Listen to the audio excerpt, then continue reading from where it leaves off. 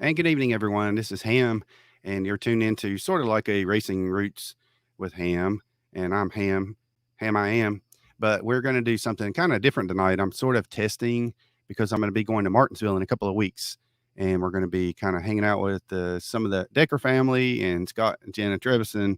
And so, what I'm going to do tonight is I'm going to sort of practice a little bit, and I'm going to add some people to the stream. So, you may recognize some of these folks tonight. So I'm going to sort of practice a little bit, and I'm going to add some people to the stream. So you may recognize some of these folks tonight. So I'm going to sort of practice a little bit. Dickie Dennis and the Beer Man. All right, you may recognize some of these folks tonight. So I'm going to sort of practice a little bit. Dickie Dennis and some people to the stream. All right, you may recognize. All right, so man. Hey, David. These folks tonight. So I'm going to sort of practice a little bit. I'm going to add some people to the stream. All right. Hey, David. Y'all hear an echo by chance? Yeah. A little bit. Okay. All right. Mrs. Beerman. Hi, Jenna. Y'all hear an echo? Hi, how are you? So, all right. So y'all don't have I guess you don't have earbuds there, Dickie. That's fine. We'll be okay. Look at that. That is the official That's ID. The real deal.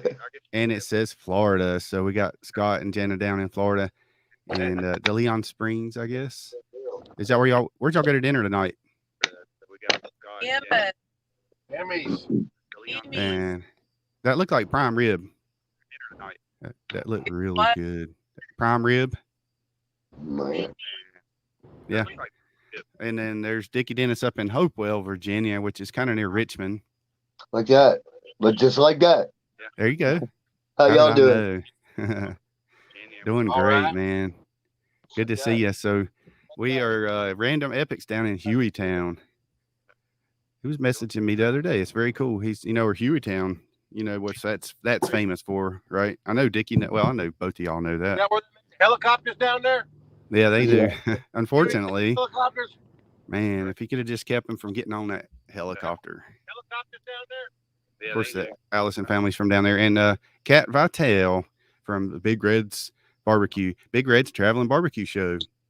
I was actually talking to Jeff Lemons a little bit earlier today because we're going to get some stuff together and do some shows down at Red Buffalo. We're going to have a big, actually, if y'all are a fellow racer, and we're going to have a big racers reunion. And Scott, what are you doing? Look like you're dancing. Are you listening to music? I mean, All right. So there's the infamous beer man and the infamous fence climber. So that would be Dickie Dennis. And of course, Scott Trevison he'd worked in NASCAR for, how many years did you work in NASCAR, Scott? About 20. 20 years. Yep. Okay. And you were the one. Actually, I saw a picture, and now I wish I could remember where it was, but it was a big Coors Light can, one of those blow up kind of deal. It looked like. Oh, it was Victory Lane. Oh, is that what it was? Yeah, I was in charge of the bottle in that big ass bottle. Remember that big bottle? Yes. Light Bank. Yeah. So that was, you had to make sure when you hit the Victory Lane, you had to have the boxes, the Coors Light box, the Coors Original box, and then the big old bottle, Coors Light bottle. Oh, and don't forget 2 full iced down coolers full of Coors Light. Don't come to Victory Lane with no damn warm beer. Don't do that. No. Scott was in charge of hydration. He was. I can't tell you how many times I had to ice down all that beer before we actually won that race in Michigan with Sterling the first time. I mean, because we had the traction control going on and all that. And I was like, okay, this is the time. And it didn't happen. Okay, it didn't happen. And finally, we got it in Michigan. So here's a question. This is the one I was trying to remember the other day. How many cases did Sterling typically need or want? Out of the 50 cases, it would be no more less than 10. But it was usually about 15 cases. And then at Talladega, he'd always run it. Hey, I need more beer at the motorhome. Well, then I had to go to hospitality, and they were charging, Coors was charging $11, I think it was, a case to the track. And then the Coors people had to buy their $11 case back for $75 is what the track charged the hospitality customers, right? So they had to buy that same case back for $75. So I had to go to hospitality and lift a couple of cases at $75 a case. Take Sterling's motor home because I couldn't get no more beer on a Sunday morning. Oh, wow. That's crazy. Yeah, where do you find beer on a Sunday morning in Talladega? You know, yeah. o'clock in the morning. Probably nowhere. No, the I hospital, guess. right? Oh, yeah, of course. Right. That's when So- we start at Talladega at 7 a.m. Right, Dickie? I'm sorry. You start at Say it 7 again. a.m. 11 a.m. you start drinking for Talladega races, right? I have never been to Talladega. Oh darn. You're missing out. Yeah. I We have did- actually never been to a super speedway. Oh my goodness. Oh, yeah. Daytona Those are- sounds pretty good for a first time, man. Yeah, man. You need to check it out, dude. Mine was So- 1974. One of the things Bristol, Martinsville, Yeah. and Richmond. A bunch of the smaller track here in Virginia, Saluda, Jamaica, and Chantilly. Some of the older tracks here, Hmm. Yeah. but never a super speedway. Well, Daytona. Now I had to go pick up Sterling at 9 o'clock at the motorhome to bring him out to the hospitality tent at, to sign autographs in the morning time for all the Coors guests. And hell, I'd go pick him up in the golf cart and I had a couple beers in the drink holder. And he goes, "Damn, you drinking already?" I go, "Hell, yeah, Talladega, buddy, come on." You can't say you drink all day if you don't start in the morning. And usually by 9 o'clock, we were already on our third or fourth one. Good, Yeah. man. Yeah, I'm baby. a lightweight. Oh, Yeah. come on, Dennis. I'm a lightweight. Hey, Martinsville, you'll be able to see it. You'll be able to see it in Martinsville. Halloween. Oh, one beer and you're going to be out? No, not one beer. All right. So, yeah, we're going to Martinsville and we're going to be, I guess we're going to dress up. We're going to do our Yeah, Halloween. man. So Yeah, that's man. interesting. I'm going to dress up as the beer man. The beer man. There you go. That's Hey, good. Scott, guess who I'm going to dress up as? Dickie Dennis. I'm going to Oh. go as the fence climber, That's Fence right. right. right? Yes, that's right, man. That's going to be epic. Yeah. Danny Lee's tuned in. Linda Dishman. Thank you, opportunity. Random Epic says, he said, "Air Epic, what is your name there, Random Epic? I know I talked to you the other day." He says that's where Davey was airlifted from Talladega. That's right. And that was, 1993? 2? Something like that. It was like 3 or Yeah. 4. Yeah, it was somewhere around there because I know I was still working at a dealership whenever I was listening to John Boy and Billy and all that was going on. And then the next year or so is when I finally got my job in NASCAR. And I'd already interviewed. All right, so Dickie Dennis is the infamous fence climber who in 2014 climbed a fence at Richmond. You can see lots of videos. That's it. I started to put that. Yeah, we're gonna have to get some Alabama. There you go. Is that a fake ID? No, that was just a Xerox copy of it's got a barcode and Oh, it was my ID when I was in Alabama. oh, there you go. All right, I've got one of those. What do you call them? That puts the plastic on them. Whatever. Laminator. Yeah, that's it. I got one of them laminators. Might have got it from Jana actually. Wow, that one's about wore out. Is that Who Jana? is that?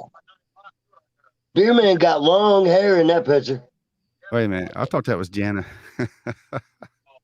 Jana Banana. Listen, I got long hair now. Look at this. I went and got my hair cut the other day. It looks like I got a mullet. Hey, Scott, is that you really? Or is that Jana? All right. What year was that from? 1982. Okay. May 1982. 18th. All right. Dickie, And what year was did you that? graduate high school? I didn't do all of that. I was like kind of slow and 18 in the ninth grade, and I joined the military at 18 and got a GED during basic training. There you go. What year was that? 80, Oh, wow. 1980 at Fort Benning, Georgia, Harmony Church. I got Harmony a good Church. friend, Funky Boy. He's airborne. Hey, Rick Breakfield's tuned in. The Funky Boy. Yeah. Monkey. Rick Brakefield was our paint guy down there. He painted all those Might be mellow yellow cars. Yes. That was a cool paint job. The mellow yeah. yellow. I'll tell you, that one and the Haviland are my all-time favorite. And the one Scott posted, that was a pretty paint scheme. 95. Paul. The Coors car. Paul, how you doing, Paul? Petty car. Yeah, the 40 car. Yeah, Kyle Petty. 1995. That was my first year. I thought it was 42. Oh, yeah, it was 42. It was 42, and then we changed it. Whatever. It got changed to the 40. Hey, so this is kind of cool. I was looking at I was watching old pit stop videos last night, and I found one from 97 Richmond, and then I found the second 97 Richmond, and they showed our pit stop, and I was with two different teams. And I'm not saying that's never happened. Two different teams, two different same team, but two different drivers, two different sponsors, right? Because y'all know what happened in 97. We had Robbie Gordon come in as our driver, and then we ended up flip-flopping about halfway through the season or so and moved Joe Nemechek over. Anyway, I'll be posting that sometime soon. But I've had this, I'm about to lose my voice, so y'all might have to do all the talking. Here we go. Because on top of having these allergies and stuff, I ended up having to go mow today, unfortunately. So mom's in there watching this right now, so I'm out in the shop. That's down here. All bikers and strippers are down here now. Oh, is that? Oh, because of the bike week thing going on. Yeah, when there's bikers. Well, dang. That was up in Myrtle Beach last week, and I guess they moved on down there from there. Whoa. What wasn't Tracy up there last week? Yes, she was. For bike week up there. That's what I thought. Uh-huh. Well, I know you put two and two together here. Starting to right? Hunter signing on for another year. Who's signing on? John Hunter. Oh, John Hunter is okay. I saw his picture with Kyle Busch and Yep. yeah, that's cool. He's gonna be really good. He actually should have won. Was it Talladega? He should have won. He got wrecked at the last lap. Okay, so that's what Texas this weekend. That's what. Yeah, we got Texas coming up, and there's the top 8 in the playoffs. So we got who's on? I'd say Larson's the top one, right? Don't write me. Write yourself up. No, listen here. Listen here. Phil wrote them down right with that day when we were in the studio, and then he left a sticky note sitting there. So I grabbed it, or Billy handed it to me, whatever. And so, or somebody handed it to me, and I took a picture of it. That would have been one of our picks. I think it was mine. The picks for the top 4. Okay, well, we'll just say there, Smarty Pants. I don't remember.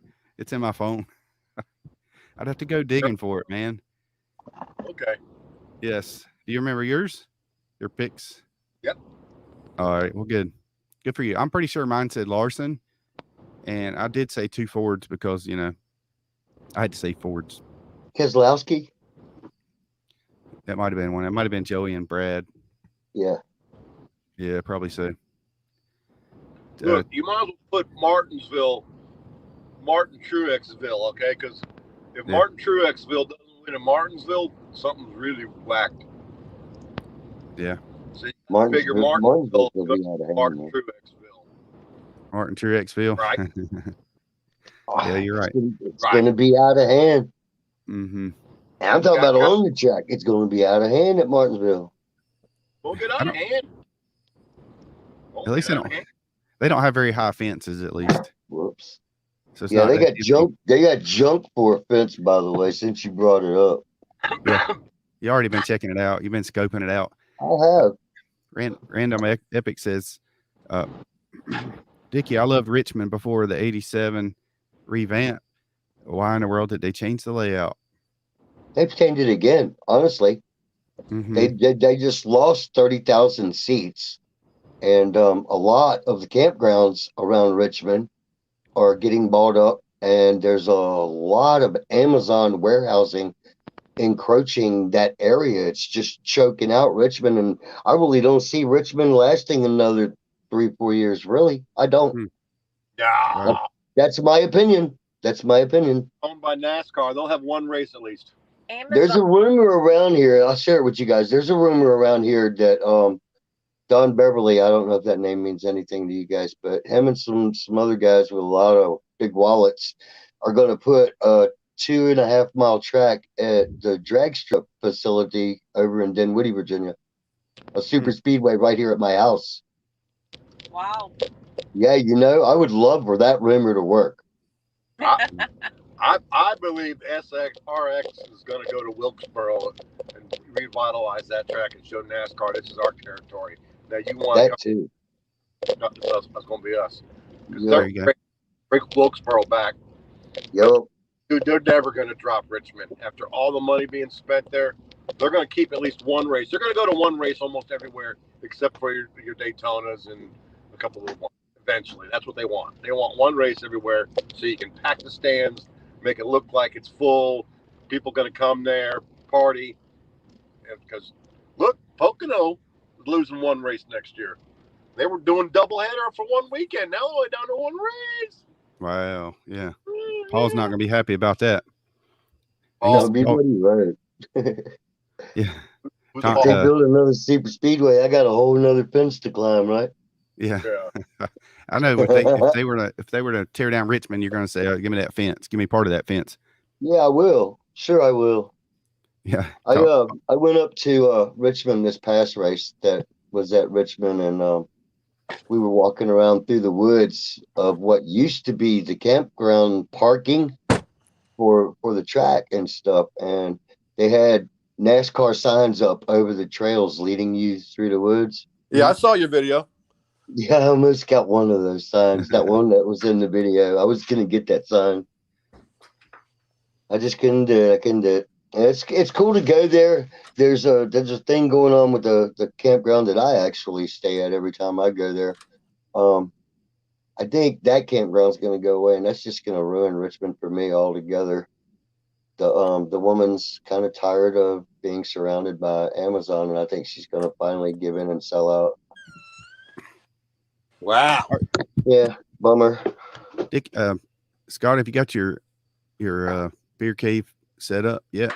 No. Or no? Okay. I got some sheet metal hung in my barn, but yeah, we ain't got no. All right. Hopefully soon. Yeah. I'm waiting for this cool weather. We're supposed to get some cool weather on Monday, and then I can go in there and start pulling everything out, and then I'll paint, and then do the carpet, and then start hanging. I got a bar balloon for put in that thing, Scott. A what? A bar balloon. A bar balloon. Yeah, it's a Sterling Marlin Coors Light hauler. Oh, I got one of those. The Chip Ganassi one. Yep. That's the Jerry Schweitz one. I got one that's got Chip Ganassi on it. No, that's the Jerry Schweitz one. I do for real. He's talking about the truck. I do too, man. Well, you'll have one of each. You'll have one of each now, right? No, they're the same one. Chip Ganassi owned it, but Jerry Schweitz drove it. Oh no, I'm just talking about was wrote on the truck. I know. But Jerry Schweitz actually drove it. I've got the car. We're not fans. Dickie, I'm not a fan of Chip Ganassi. Right. Oh, yeah. I didn't. I just seen Coors Light and I thought beer man. Oh yeah, no, I hear you. I love it all, but when it comes to Chip Ganassi, yeah. Well, finally he's out, right? You know that fucking funny expression that Rachel Maddow makes on fucking CNBC? That's Scott. the one Come on, dude. Oh, that's right. Sorry. Facebook autocorrect. Yeah. Yeah. Don't. Let's see. I've got Yeah. So anyway, all right. This is StreamYard. Wonder what kind of restrictions they got. I don't know, but it's a stream out there. Hey, so Dickie, all right, go ahead and finish your story, Scott. Sorry about that. You just don't. You got to put your what do you call it? Indoor, whatever sensor on. Yes. Right. Yes. What are we talking about? Something about Ganassi. I think it's when you got keyed up. We were talking about Coors Light. Oh yeah. Keep your just keep it, Dickie, because I got one. Those are hard to find. Those Do you really like Coors hard. beer? Do you like No. regular Coors Banquet? Oh yeah, dude, that's high test. Damn right. Yeah, Damn man. right. You drink 6 yellow cans versus 6 silver cans, you're gonna have a whole different buzz. I found that one out. I've got the Coors. I've got the blow up car from back in the Coors day. It's hard to drink a 12-pack of Coors Original in the sun all day. Mm-hmm. You're gonna go home and go to sleep. You're not gonna stay up till 60 Minutes comes on at 7 o'clock. No. Yeah, I got one of those. I got one of those blow up cars. It's Dale Jr. Yeah. The Budweiser car. There you go. There you go. And I've got a Larry Dixon for the Miller Genuine Draft, the drag rail. Right. Got one of those. I think I got a Kenny Bernstein one of those, and I think I got a Bernstein, Scott Dixon. There's another one. I met one of them guys. He showed me his ring. He came through the shop on a tour, and he showed me his ring. It was like twice as big as my biggest ring. Hey, is that Tony Stewart's girlfriend going to be racing for him? Yep. Wow. That's his fiance. Leah, yeah. Yeah. Wow. What's up, Nancy? That's an awesome story. That's an awesome story, by the way. Yeah, man. Hey, Scott, do you remember They just recently went and got his and her Supra, like lake rockets boats, what I'm talking about, ski boats. Yep. They got his and her boats. His and her boats. He ain't scared. Like you can't hide money, man. Wave runner, Sea-Doo kind of things. No, this is a Supra. This is something that can pull a kite behind your boat. Oh, got you. Big boat. Yeah. Like a ski boat. Hey, can I burn a cigarette on this show? Yeah, go ahead. As long as it's not a left-handed one. I'm So good with that. James Litnich. Hey, y'all.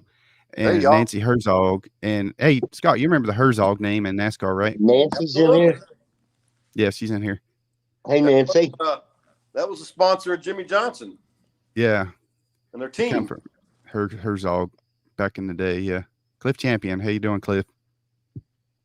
So my show, okay, so this is sort of like a little preview thing too, but like I said, I'm doing it sort of as a test because I wanted to check my StreamYard, which is what I'm using, and I want to have it right for when we go to Martinsville, and we're going to be broadcasting live from Martinsville. But I'm also going to talk a little bit about our show Monday because we're going to have Will Cronkite in with Mike Hill, Mike Hill. So they worked together in NASCAR 50 years ago. So the picture that I put up today on Racing Roots with Hamm on Facebook, and if you hadn't liked that page, hit that like because you're going to want to see whenever we go live every Monday evening at 7 o'clock. But the Racing Roots for Hamm. And the picture I put up today was Mike Hill and Will Cronkite. And, well, I didn't tell you who was in the picture. I just said, y'all take a guess at who the guest is. And 1971 was when the picture was taken, 50 years ago, the year I was born. And so you already told me. Yeah, but you already told me. I did. So you didn't. I can't guess. So you already told me. Well, you didn't go on there and spoil it for everybody, but we got some people still trying to guess. And so, but yeah, that's going to be a great show, I think, because they're going to. Hey, there's a question, David. Random Epic wants to know if they still do the Martinsville hot dogs. They did last time I was there. That was maybe 2 years ago. I was there. Yeah. Yeah, those are great. What's your record, Dickie? What's your record? I have not had a Martinsville hot dog. I apologize for that. Well, you'll have one this time when we go. I probably will, for real, man, because I'm gonna be up in there a little bit more this time. I was I don't know. The campgrounds are so entertaining, man. I'm learning some devastating facts tonight, Dickie. I know you are disappointed, man. I know you are. What the world? Never. I'm pledging. I'm pledging, man. Okay. My goodness. Hey, Scott, this might go along with what you were saying earlier. Linda Dishman's asking, they need to bring back Wilkesboro. Never missed a race. Love watching my buddy Harry race there. Oh, so, man. As far as bringing it back, he might be bringing it back. The only time I ever got Dale Earnhardt's autograph was at North Wilkesboro.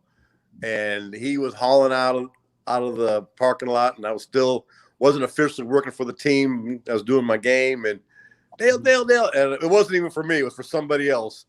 Yeah. And I gave it away. Never did get to keep it. But it had a D and an E and a bunch of circles. And right. out.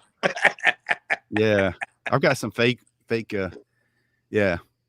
How many Martinsville hot dogs is your record, Scott? David? Six. Oh, 6. no. I just had one. 6. I didn't overdo it. I had to jack Okay, the car. I got one more question. What track has the most unique signature food? You know, like Martinsville hot dog? Well, it's hard to say. What was it? Well, Texas this week, they do some crazy stuff out there. So I'm going to tell you, almost Texas. Texas has got some of the best food because they got all kinds of stuff that you never even think of. What does Richmond have? I think they're just kind of plain. Most of those ISC tracks are just plain Jane, man. There's nothing real go out of spectacular. Like Richmond's Daytona. got smoked turkey legs. Oh, yeah, but and so does the fair. Well, come on, man. Oh yeah, Renaissance Festival does. But no, I think, man, you see everybody walking around with a cold beer and a turkey leg. Yeah. Oh yeah. Those good times. Oh yeah. Hey, had every track's a little different for sure.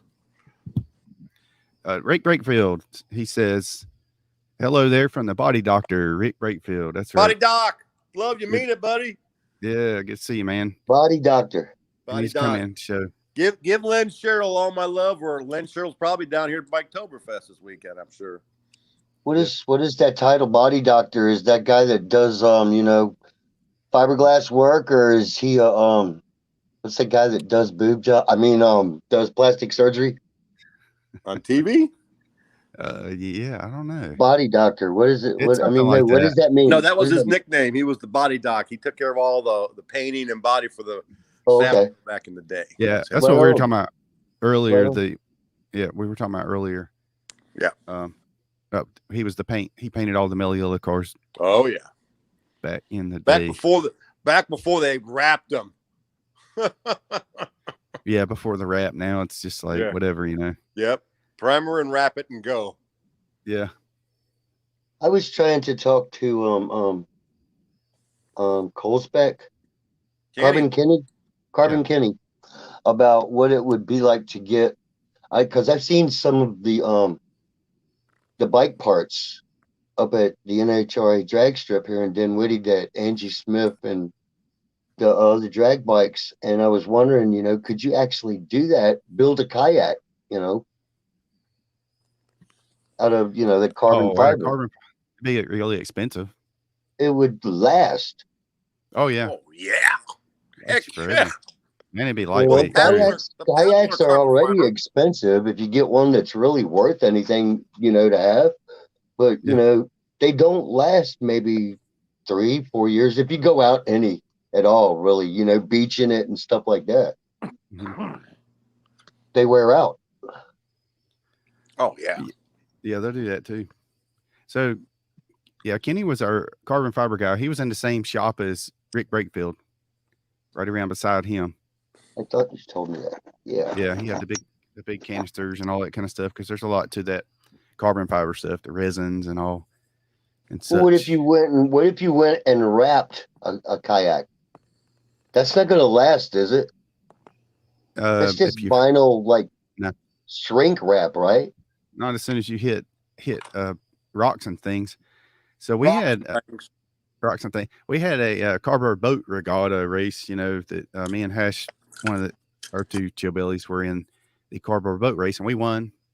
I was the anchor man. I was pushing it. Anyway, it was cardboard and duct tape. That was our secret. And it sunk. And ours was flat. It actually has been sitting out beside the old Signal Hill studio. Cardboard did not stay afloat. Well, it does if you put duct tape on it. Duct tape will float anything. Yep. About. Yeah, it was pretty redneck. Ours was not aerodynamic at all. We won that race by muscle. Or two. Yeah. That's it. So, all right. So we're gonna, like I said, we'll have the show Monday, and then the following Monday. Actually, I thought about asking maybe asking Natalie and Derek to come on the show at some point between before Martinsville. Yeah, I want to do that. Derek Lemke and Natalie Decker, because That'd be they're pretty wild racing. right there. Yeah, because since they're racing, and last time he was iRacing or whatever, so he wasn't able to come up there. And we had Amy and Chuck, so maybe that would be a good one. Mm-hmm. I know another good one too. Yes, Haley Deegan. Yeah, Haley Deegan would be. I am dying to see that youngin' go noodling, man. She's in a noodling thing she's getting ready to take part in. No. Yup. Yeah, have you seen that other girl on a YouTube or somewhere anywhere that's doing that noodling? Well, yeah, I guess, yeah, in a bikini. Yeah, and her and Natalie Haley Deegan have been talking about Miss Deegan doing it herself. Oh, okay. They've been talking about noodling together. Yes. That sounds funny. Yeah, that's gonna be that's gonna be epic. Yeah, that would be good. I'll have to see if I can work that out. Make that happen. But I mean, Martinsville's going to sneak up on us here pretty quick. So yeah. So coming up in the future shows, I've talked to Eddie Lanier, who is a legendary engine builder out at Holman and Moody. He actually built engines. He was fitting bearings whenever Robert Yates come in there and got his job at Holman and Moody, and they moved Robert Yates to fitting bearings and Eddie Lanier to building engines. And they were kind of like the big Ford factory, sort of like Roush Yates engines is now. My wife's dad used to have an old, I think it had a Holman Moody motor in it. I'm trying to remember the make of the model. They're still building some. This was a bunch of years ago. It was old. What's up, Nick Martin? I can remember that motor though. I can. Yeah. Hey, Scott, Nick Martin from Roots Outdoor NC's tuned in. What's up, Nick? Yep, he is. It's got the place here in town if you need anything outdoors, and then it's coming up to winter time. So if you want to go to the ski slopes, he can actually call up there and get you set up and rent your skis and bibs and all that good stuff. Because I have none of that. I don't know that I'll ever go skiing though, because I don't want to end up like Sonny Bono. I don't know. I just see myself. Just remember to turn if anything gets in your way, David. What happened to Sonny? He didn't turn. He didn't turn. So I don't know, man. That's my excuse anyway. I've never been water skiing. I've never been snow skiing. So I've been both. Why start now? Not snowboarding. I've never been snowboarding. Yeah, I've never been snowboarding either. I've snow skied. I had to learn how to do that when I went through the Winter Operations Training Center up in Alaska. All right, so Dickie Dennis, if you are just tuning in, he's the infamous fence climber from Richmond, Virginia. That's kind of what he's known as for now. And sometimes he says, I don't want to be known as that. But you know what? It is what it is. And you were also in the Army. Yeah. So thank you for your service. Thank you, David, for caring, brother. Absolutely. There's good. Scott saluting you. You got to look at the salute, man. Back at you, brother. Dickie, hey, man, it was an adventure. Right. You know how they say it? It's not a job, it's an adventure. That's what they say, yeah. It has not stopped. Okay. And be all you can be in the Army. All you can be. Hey, An Mike Army of one. Army of one, that's it. And speaking of Mike Hill, he's tuned in right now, so he's going to be on our show Monday. Hey, so Mike, how you doing? Cheers, buddy. Yeah, that's going to be good, man. I can't believe I was talking to him a couple of days ago, and I said, "Can you believe that picture was the same year I was born?" He said, "I remember it like it was yesterday." I'm like, man, 50 years seems like a long time ago, but it's going to be Mike Hill and Will Cronkite, so that's going to be a pretty cool show. Yeah, absolutely. Lots of history. You're welcome, Paul. It was an honor. Yeah, Mike Hill amazes me, all the stories he has and all the things he remembers. And I love hearing anything about Junior Johnson. Oh, yeah. Yeah. That movie about Junior Johnson was pretty cool. I like that a lot. It's a great especially the stories about corn by the gallon. Yes, sir. Yes. Yes, sir. Now, see, that's a whole different story right there, Scott. We was talking I about hear you. partaking in adult golden delicious frothy beverages earlier, but now some clear distilled things, that's a whole different world for me. Yeah. Tequila, I can just, tequila's me, man. I love it. Tequila, of course I'll have some. That's what they say. I had That's a right, Nick rule. Martin. I Somebody's got to always support the bars in the lodge. partake. So I've never been to a ski lodge either. Sorry, go ahead. Go ahead, Scott. I said I never partaked in the clear stuff. I only had 2 tracks, Talladega and Bristol. That's it. That's when I had to reach out to the moonshine man, and that was you didn't want to do it because that'd kill you. But Talladega, Martinsville, Virginia could be an exception this year at Halloween, I reckon. I don't know. I'm surprised Henry Benfield didn't keep it in his pocket, right? I mean, Henry Benfield's the man. You can get them little bitty things of Patron and put about 30 of them in an Army field jacket. Is that right? You Yeah, get that buddy. figured out. 30 of them, huh? Exactly. Yeah, buddy. I bet Mike Hill. I need to go fix this, man. I'll be right back, all right? Yeah. All right. I like your mug there. Mike Hill's going to have some good. We'll have to ask him some more of his moonshine stories, but I love hearing how he had Junior's brothers and them coming over asking him to do some welding. Oh yeah, on the steels. That's things like that. Legendary stories about this back roots, the real racing roots of our sport. That's right. And Mike lives in Junior's old house.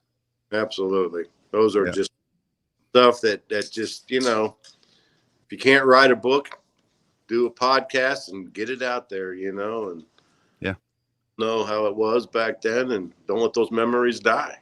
That's right. Document the history before it's gone. Right. Because when it goes, it's gone. I always said when I was in that sport, thanks, buddy.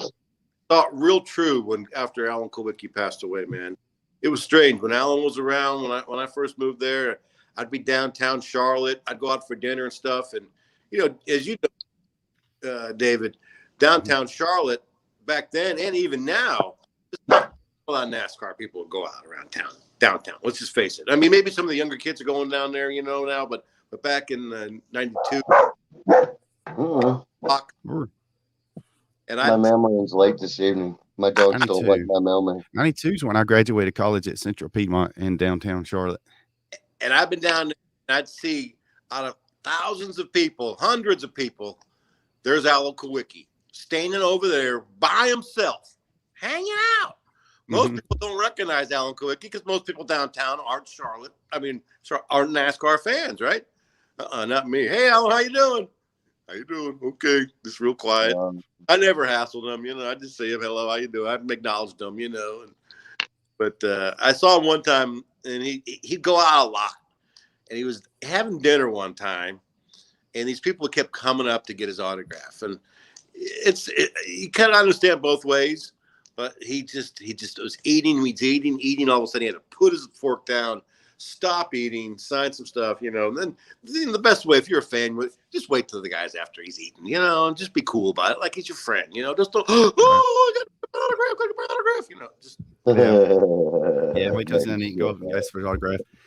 Some of those Alan Kulwicki, he was such a cool guy, when you hear about guys and you lost them throughout these years, and you wonder what the sport would really be like if they were still here, and real deal talk right there, Scott. Yeah, man. Davey Allison was one. Robert Rose. Yeah. Robert, I got to Bob one time. What a cool dude he was, man. Yeah. And heck, he'd be an old dude now. But see, when I think about Rob Moroso, I still think about young Rob Moroso, but he'd probably look old as you, David. Yeah, I was thinking that too. I don't know. Hey, Scott, how old are you right now, Scott? About 36, 37? Yeah, right. I'm really 80. I'm just sucking up, bro. I know I don't look my age, but yeah, I'm really 80. I just stayed inside a lot. The past 25 years locked inside a room. Forward for the last 30. Just kidding. I got a little tiki bar, hangover. You got that full palm from action going. And Yeah, David, I just got a haircut, by the way. dude, You sooner or want later, to that you stuff, want and to you got see? to flip it You back want on to see the. what's under here? That's Want where to see it's what's under here? later. David, Yes. David, cut Yeah. that stuff off and let it go back like everybody else. Look at this. What do you Holy mean? cow! What in the Look at world? I've that! never seen this. Oh my goodness! Oh, Dickie Uh, Dennis! All right. Oh, Dickie! I didn't realize your hair was that long. Oh, Dickie Dennis! Yeah. Keep going. All right. Yeah, all right. Just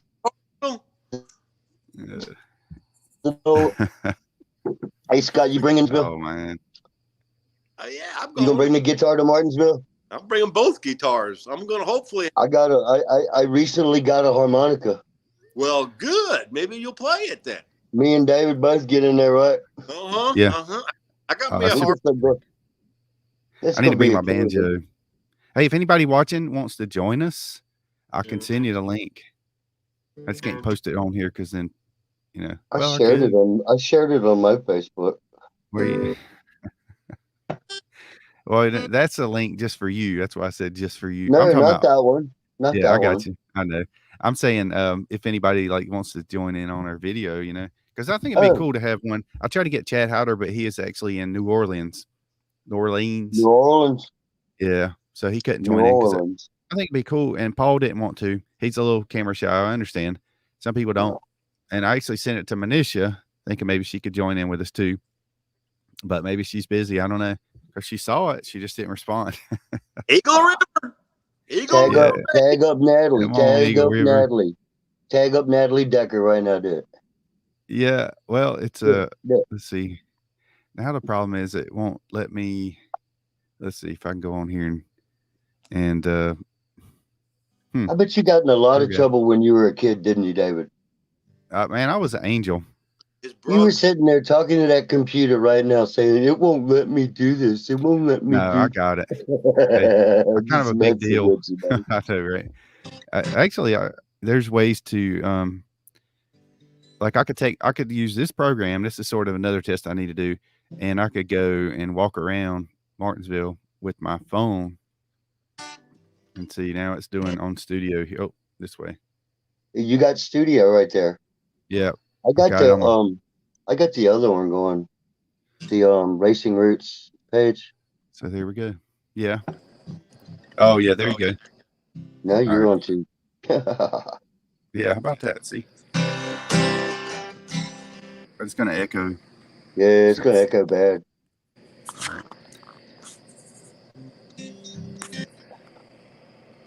But what I'll do, yeah. Sounds like you're in a stadium. Yeah. I'm gonna back out. Okay. Yeah, it's gone. I said it was. No, it's still recording. Sorry. Get rid of this. Well, there's 4 people. Does that include me, you, and Scott? Yeah. Well, it does. That's what I'm seeing. 4 people. Yeah. Well, there's 3 now. Janice said Facebook, so that means anybody scrolling on Facebook, they're gonna pick it up too. Yeah, but I have to send the link to you specifically before you can join the broadcast. Oh, that makes sense. Yeah. All right, but Janet can join in the studio with David, Dickie, she's walking. Man, we jamming, buddy. We jamming. There you go. All right. Oh, yeah. Invite a guest. Hey, it's gonna get better. I'm probably not going to be your entertainment in Martinsville. Hopefully we're going to get Mr. Presley to come by and hang out with us, and he's going to sing us some songs. When I heard that rumor, man, that sounds interesting because I would really love to see that youngin in person. Wait till you see him, man. And hopefully he's going to have a good time. Mm-hmm. We'll see how it all works out. But I think it was the Drive at 5 I seen him. I'm not sure. It's been a while back.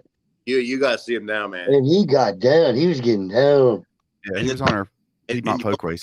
And don't forget about his little brother was cool. He's in the video. He got He was in the Radioactive last week at the Charlotte Motor Speedway. I sent it to David. Yeah, Luke. Luke. I did some screenshots and sent them back to you. Yeah, Luke's 11 years old, and his family went to the Roval last week, and Presley and mom and dad, right? And so somehow Luke got down to the front row, and they scanned by him real quick, and then they must have been watching the Radioactive on NASCAR Race Hub, and like, there's Luke. Oh yeah, right that's on. cool. Hell yeah. Yeah. So I sent Presley back the video of Sterling, that race that he won back in Charlotte in the October race Right. And I said, wait till the victory lane, because we gave it to him. And that's when Dickie, remember when they had all that stupid PVC pipe going up and they wouldn't let the drivers jump on the roof. So they had like the PVC pipe, and that's where I'm messing with the boxes and that bottle. That's probably where you saw me, David. And that's where we had. Yep, that must have been it. I was watching old races and just skimming through. Why not? Hey, Brian Fisher's tuned in. Remember Brian Fisher? Brian Fisher, what's up, buddy? How do you see all these people tuning in? On the radio. I don't know. It's just showing it up on my. Mine's dead. I got the two last phones. person that commented was Random Epic. He said his name is Tim. Okay. Right? And he said he loves the tractor. And I'm popping his some of the. dad used to have a 49.4 8N. Yeah, there's a. I've got a. Anybody? I've got a 53 Jubilee over here, 8N. Show. And this is a 57. Yeah. This is a 57 841 behind me. And out in my other shop, I've got three. I've got a 601. I've got a 48 52 8N. And another 8N. I've got three 8Ns. Why you need all them tractors? I don't know. I like to keep history alive. I like to keep them running, and otherwise they're going to sit out and rust in somewhere. And that one back here's a 44. Use them once in a while. Someday, I do. We get that whole nuclear, molecular, chromosome, whatever they're going to zap everybody's car. Those tractors are going to still run, and that'll be Dave. He'll get eggs and milk and beer at the store. That's Amen. Right. Amen. That's it, man. Yes. There's a method to the madness. I see it. Yeah. They can't mess with tractors, but they're going to mess with everybody else's car. Yeah. Yeah, I kind of tend to hoard things, I suppose. And maybe that's just one of my things. Them tractors are going to be worth a lot of money when... It's not hoarding. It's called collecting. Hoarding is such a harsh word. Right. It's like an insult. I know. I could collect those because I can keep them. I don't know. It's something about them. Whenever I go and I look at them, it makes me feel good. You know, it's like a happy thing for me. I collect rotted driftwood off of the river. I collect empty Coors Light cans. No way, really? Guitars. I could stand a couple, 3 or 4 or 10 or 12 of those full ones. That'd be pretty good. I'm just sipping on some gin and juice. When I'm not drinking beers, I drink Seagrams. You know, not ahead. That's right. The bumpy jar. That's what they call it. And pomegranate cranberry juice. Okay. Pomegranate's good for a lot of things. Yeah, man. If you're going to drink, you might as well do it healthy. That's it. I guess. You can put some moonshine down in some pomegranate and it'd be just fine. Mm-hmm. I made a drink out of moonshine one time, okay? And I nicknamed it the back porch. I took some kiwi white grape Twister's juice, okay, and a little 7-Up with corn whiskey. Really good straight corn whiskey. And I think after about my 8th one, I fell off of the back porch, and that's how it got its name. Oh, is that it? Yeah, it was no tumbling down the steps. It was like up on the banister goofing off and fell off the whole damn back porch. I bet. Let me get my gosh. Dickie. Uh-huh. Don't eat the moonshine. That's not good either. Don't eat the what? The moonshine. Hey, Scott, for real. Oh, the fruit, yes. My daddy. Don't eat the berries. When you get peach moonshine, don't eat the peaches. Listen, Scott, My daddy used to take these dehydrated apricots, and he'd fill up a quart jar with them. All right. Once he got as many of them in his there as he could, then he would add the corn liquor.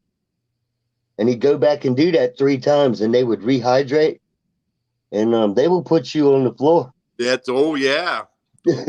We sit around the hunting cabin during the winter months, after the hunt's all over, and we'd be eating apricots and talking junk. Oof. And you wake up and go, what happened? Yeah. Wake up the next morning and Dad's frying some salted herring and stuff. Get all that greasy food all mixed up in there. I haven't had moonshine in years. I can't even remember last time. I can fix that. I'll see you in Martinsville. Okay. You know what else is going to be legal in Martinsville now? What?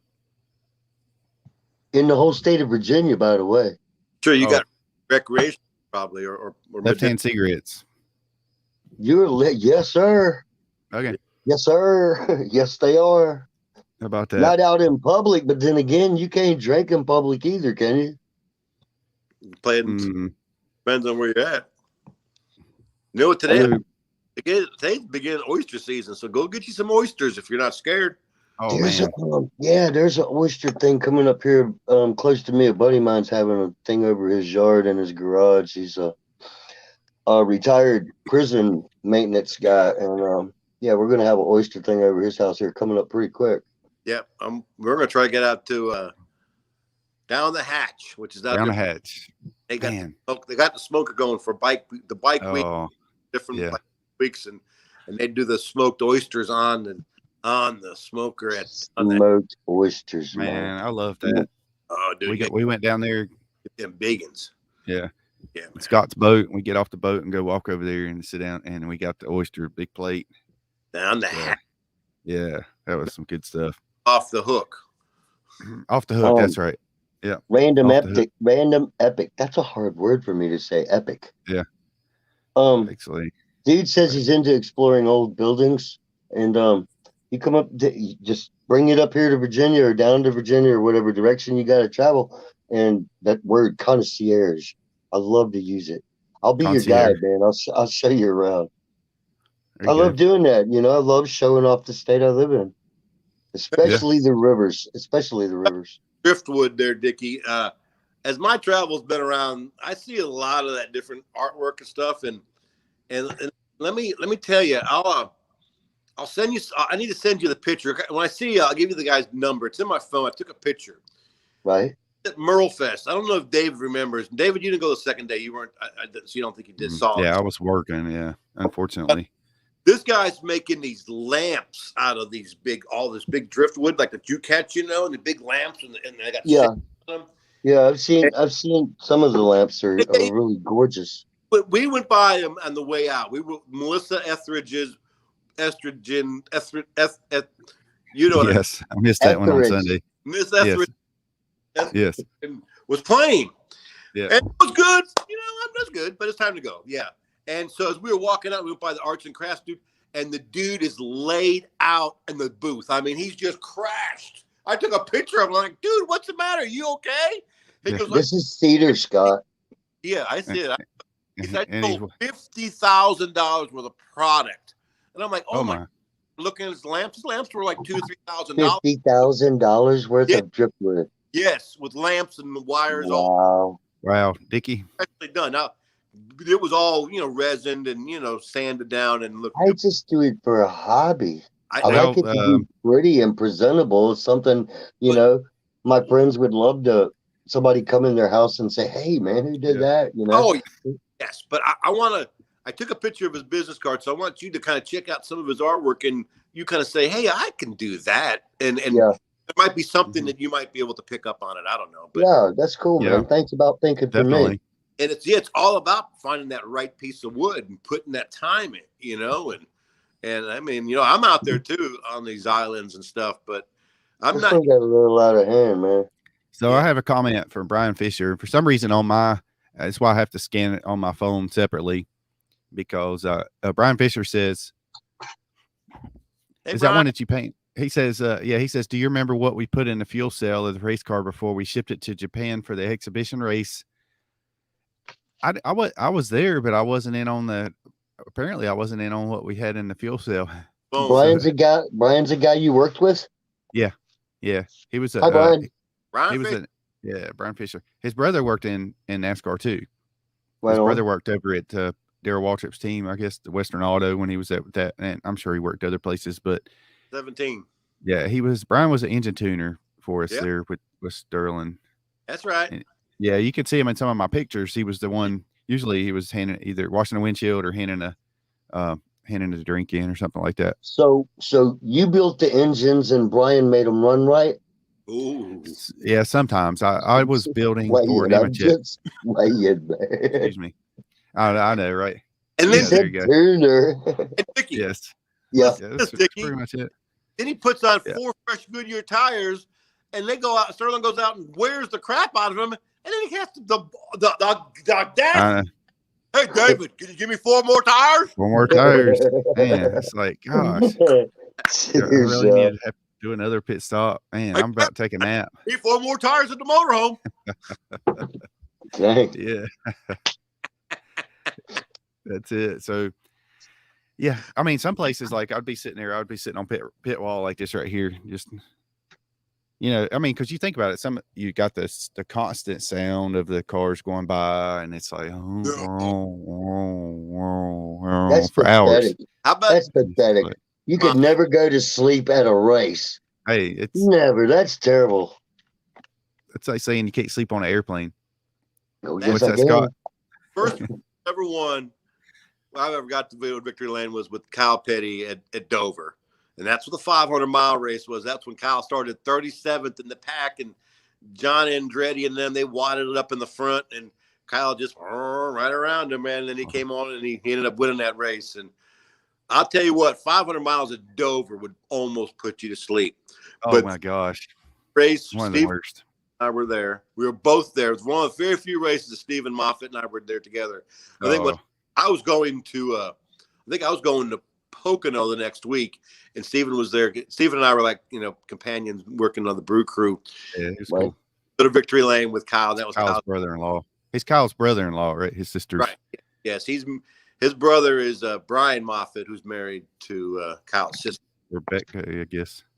Yes. Oh, so Dover, 500 laps, 500 1 laps. mile, 500 miles, and they finally cut it to 400. I was like, thank God.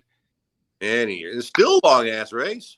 Yeah, still. There's a fuel- bucket list item then since you brought Dover up. You know that great big monster they got, Miles? Yes.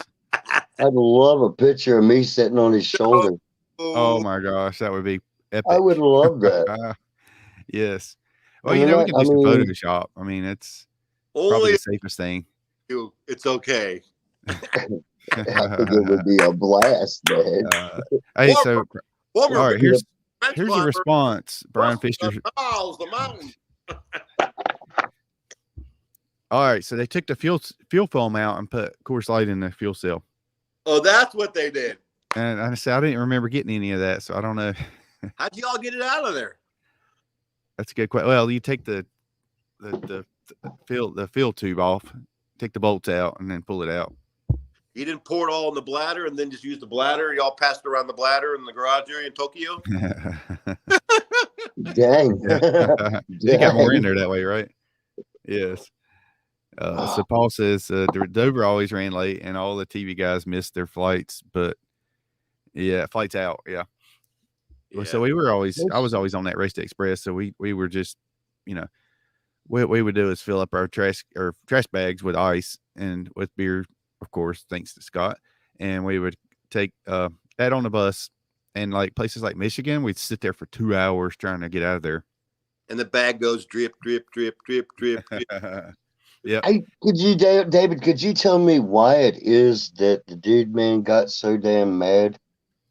The TV guy? Oh yeah, Alan Bestwick. That Why one. you got so mad at you? Yeah, why did he get so mad at me? I don't know. It was like man. I He's took money out of his pocket. probably because he was ready to get home, and he was like, and this is delaying the race, and Oh! he's like, Someone doing something stupid. He said some idiot decided to do something stupid. I wish he would have called me an idiot. Well, I wouldn't take it too personally because, I mean, look, you got something to say. Look how cool that is, right? But check Not this out. everybody's. The coolest comment. Yeah. Well, not Kevin Harvick said he called me a knucklehead in a polite way, you know. Yeah, right. And Clint Boyer made like a statement about hopefully I'm not related to him.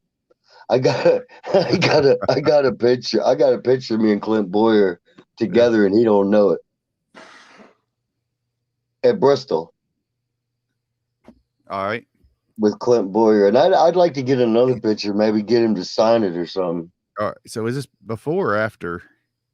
After the fence climbing episode. Okay, man. Yeah. So now it'd be like, okay, statute of limitations. You can go and get another picture with him and say, listen, you remember that time? And he'd laugh about it, I'm sure. Hey, Scott, the beer man left. So he said, fuel cell holds 3 cases of cans. Brian Fisher says, did you hear that, Scott? Yes, sir. 3 cases. 3 cases of cans. I guess that makes sense. That's awesome. 3 cases of canned beers. I only had sake while I was over there. Did the cringe? Japanese store. The cringe what? Well, That's cool. That's a backstory story. 2 of those were for cringe, I'm sure. No, did he go? I don't know if he did. I can't remember if that was the year. Yeah, cringe went. That was in. Well, I went in. When Sterling went, that would have been 98 because I went. Yeah, because I went in 96 with Robbie Gordon, and 97 was Wally Dallenbach, and then 98 was Sterling. Yeah, he was so out of place over there. Golly, I do already got a picture that was very, very good photoshopped of me on Miles. It looks like I already have one. Yeah, you would not believe the pictures I got flooded with after that happened. I was sitting on, and look, remember when Bernie was wearing a mask? Yes. Somebody put him up on the catch fence beside me with his mask. Oh man. Remember when Bernie was everywhere? Yeah, somebody sent me one of those. I photoshopped it to where he was sitting in the studio with us there. Yeah, I remember that. So if it's for the first time listeners, Dickie Dennis, the infamous fence climber, 2014 in Richmond. Would you care? David Hamm and Scott the Beer Man Treverson. That's right. From the Coors team with Kyle Petty and Sterling Marlin and such, so on and so forth. Could you, and then Joe Nemechek was our driver on the Bell South car. But would you care to tell that story a little bit? About the fence? Yeah. Okay. Sure. I had a buddy that was going to have a reception, and he got some tickets to the race, and a couple of things led to another, and we ended up going to the race instead of a reception for a wedding. He had got to I wasn't even supposed to go. It was just by chance that I ended up there. And thank you, though. We're all just sitting up in the bleachers, and there's this Dale Jr. fan ragging on me about my Kevin Harvick shirt. Messed around and spilt beer all over the back of my shirt, and I figured there was getting ready to be a fight, and I better get out of the bleachers or not, so I could enjoy myself and have a good time. And I just spun around on him, and I told him, look, bud, safest place for you right now if I'm sitting on that damn catch fence right there. And he told me I didn't have the balls. And it struck a nerve. It struck a nerve. I got down there at the bottom of the bleachers. I was in a sprint, David. You know how you skip bleachers running down them? I got down to the bottom, and right about that time, those 2 Henrico police officers that had been standing there talking to each other did an about face and was walking away, and there was my window. I looked to the heavens. I said, Lord, I'm going to jail. And I went up and I went on up the fence. Like, I've climbed all kinds of stuff in my life. And as an iron worker, I work for W.O. Grubb. It's one of the bigger ones right here in the Richmond metro area. And Williams Steel Erection. And I did a lot of skeletal steel for CVS pharmacies and Walmarts and Safeway grocery stores, just to steal skeletal steel and stuff. It's nothing to climb if you just know what the hell and I shouldn't have done it. And helicopters. Disclaimer. Yeah, the helicopter thing's a whole new issue, man. I do that all the time. If I could do that, it's so much fun. Yeah, repelling, I guess. Repelling out of helicopters is what I did for the service. I'd never jumped out of a perfectly good airplane with a parachute. I never did that ever. Mm-hmm. And still, I don't care about getting on airplanes for real. Not anymore. All right. Dickie, Got in a mess of trouble at Fort Campbell, Kentucky, and I ended up in the stockade. I did a little road trip on my own. I wasn't supposed to be gone more than yeah, there's a whole bunch to it, David. There's a lot to it, buddy. I'll share with you every time you want me to. That Yeah. I ended up out in Eureka, California. wow. You ended up From Kentucky, and I'm talking hitchhiking, bro. Oh, okay. Hitchhiking. I was supposed to go on leave, and there was some shit went down, which is why I do therapy at the VA, and I had to go. And I left. I was supposed to go get married. My commander pulled my leave, and I said, "Well, you know what? To hell with you, buddy. I'm going anyway." And it's called AWOL. It's called AWOL.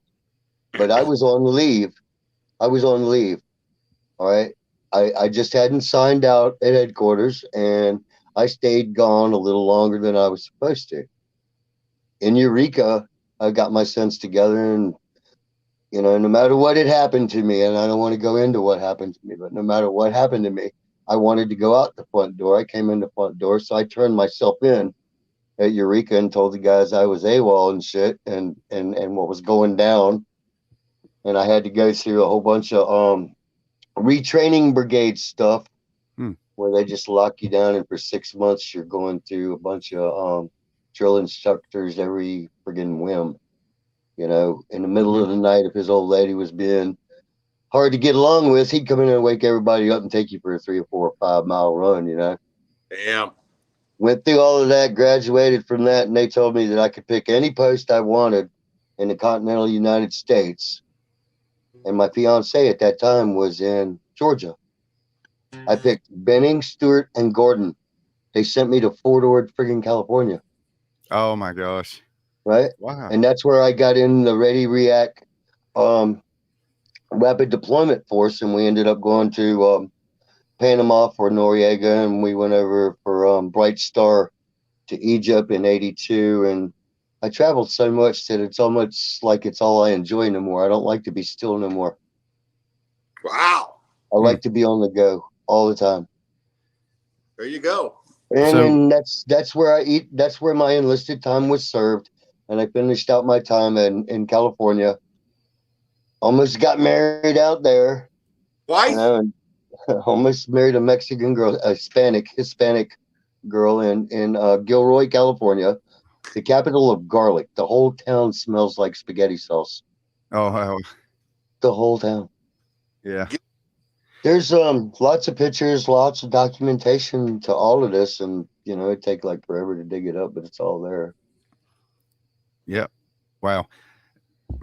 So you ended up going to, I know you probably don't want to talk about it that much, but we ended up putting you in jail for the fence climbing episode, which I thought, that was like 45 days, brother. Yeah. 45 days. And, court costs and fines and things was just a little bit over $7,000. Woo! Yeah. Plus I'm banned from the, hold up, man. Hold up 1 second. This right here is the letter that Dennis Beckerman handed me in the courtroom. See that letterhead? Let me see if I can get this thing positioned right. See the letterhead right over there? Richmond International memo or stationery that tells me that I am no longer allowed on the property as a guest. So if you read into that, maybe I could go there and, sell hot dogs or, have my own little beer truck or some shit. Yeah. I don't care. I really don't care. He didn't hurt my feelings. They shot themselves in the foot. And if they would have took that and run with it as a publicity thing. Yeah. They could. It's 7 years ago now. 2014. 2014, and I'm still not. For the rest of my life, I cannot set foot on that property. And that property does not only include races. There's an amphitheater there for concerts. Fair. Okay. There's a great they moved the fair to this new place up by King's Dominion. Oh, okay. The what's it called? Meadow something or other. Meadow something. I forget. Yeah. But they have all the rod and gun custom shows and the boat shows, everything, man. I can't look right now, as a matter of fact, they're having the vaccines. Guess who can't go get a friggin' vaccine because I'm not allowed on the property? Oh yeah. How about that? How about that? That's how I Yes. think about Richmond. How about that? I'm not allowed on the property. I can't go get a vaccination. Oh my gosh. Not That's there. crazy. Not there. So Jim Got a couple Dooley says, Dickie, you're a national treasure. Yes. I think I'm Dickie, man, and I love all of y'all, and I appreciate a lot of people a lot more than they realize, and I've never put me first ever. That's not what I'm about, and that's why I went in the military. All right, so my cousin Justin Hamm's on here. He says, but why? I guess he just started tuning in. But so Dickie Dennis in 2014, he climbed a fence at Richmond, and which pretty much put the race to a halt. But his ultimate goal was to get a selfie with Kevin Harvick's car as it passed by. But he had left his cell phone down on the seat, so he didn't get the selfie. But there's lots of video. Him and Brad Keselowski, man. Brad and Kevin Harvick, they was racing. This was good. Yes. Right when I did what I did. And just as I got to the top of the fence, they were coming out of turn 3, coming into turn 4. And it would have been the perfect picture. So I can actually show this on screen if anybody wants to see it. Watch the rest of the race to find out who won that night? No, I didn't. You never found out who won? No, I didn't. Sure. Like When I got to when I got down off the fence. Oh, all right. There's like cops all over me. It's loud. But they weren't hateful or nothing. They just went ahead and put the cuffs on me and patted me down really, really quick and got out of the crowd, because in the courtroom they testified that they were scared of the size crowd and wanted to remove me out of there. They felt uncomfortable being surrounded by as many people that had surrounded them while they were putting me in custody. They took me underneath the bleachers. They got their own little precinct under there at Richmond. Oh, I bet they did. And while they were getting ready to transport me, the arresting officer, she gave me a bottle of water, but she didn't open it. Right, I'm handcuffed. Right, she set it down on the golf cart. Yeah. So I got the lid off of it, and then I went down on the top of the bottle and grabbed it with my teeth and turned it back up and got me some water. And when she seen that, she came and grabbed the bottle, David, and squeezed it, right? Shot water down my throat, up my nose, and blah, blah, blah. And I started She testified in court that I tried to drown myself with a bottle of water. Oh, man. That's crazy. I mean, I love and respect the law, but, when you lie, right. Yeah, it's crazy wrong. There it is. This is the good part right here. Wow, there is some video of it close up like that. When I waved my hat like that right there, right? Kelly Avellino, the Channel 12 news reporter that handled it here in Richmond, she said that I was looking like I was about to throw something onto the track, and they had to call the caution for the safety of the game. Do you ever know who that dude was that spilled the beer on you that dared you to go up there? No, sir. You don't know who that? I've been thinking and hoping that someday he's going to see all this hoopla on the internet and stuff, and he's going to come forward and either I'll get a T-shirt or I'll get a piece. I mean, we'll get it settled. You could go to, because they got that's the same one. That year you had to sit in your assigned seat, right? So I don't know. No. No. Okay, so you probably never find out who he was. I have never sit any track I have ever been to. I've never sat in an assigned seat. Okay, all right, yeah, I hear you. I go find a seat that's in a good location, and if somebody comes up and tells me that's a seat, I move. Yeah, that's right. That's right. You know, I'm polite about it, but you know, if I got a better seat than mine, and you know, I'm going to go sit in it. Hey, look, the tickets that Jim got are in the highest elevation you can get at Martinsville. I'm going to be right at home. It will. Can yeah. All right, So so I'm going to play this one. This is stands. Say it, Scott. Are you sitting in the stands at Martinsville? Got a seat there. Okay. All right. I'm sure I'm gonna walk around quite a bit, man, because it's in this. What do they call it? The Sky Deck? No, that's Richmond. No, it's called the Sky Deck. There's a Sky Deck up there At Martinsville. Yeah. And it's at the turns 1 and 2. Brian France or Jim France. Which one? What section is that? It was probably Jim, not Brian. That's the one. That's the one. I just remember it was one of the France names, and yes. I can't keep up with all the seating names and Old Dominion and Richmond, and yeah. That's the passes okay. we So there was when Brad already won. We have the passes where we're standing up on. Yeah, that's what it was, because what's his name? Denny Hamlin. Denny Hamlin blowed a little fuse over this stuff too, man. I know you guys heard the story behind that. All right, here we go. Denny Hamlin made a little comment about me on his Twitter page that I responded to, and he's yet to respond back. You're right there. There he is. Yeah, let's back this up. I told Denny straight up, man, for real. There's only a river that separates his town and my town. He made the statement that if I wanted to play in traffic, NASCAR should let me.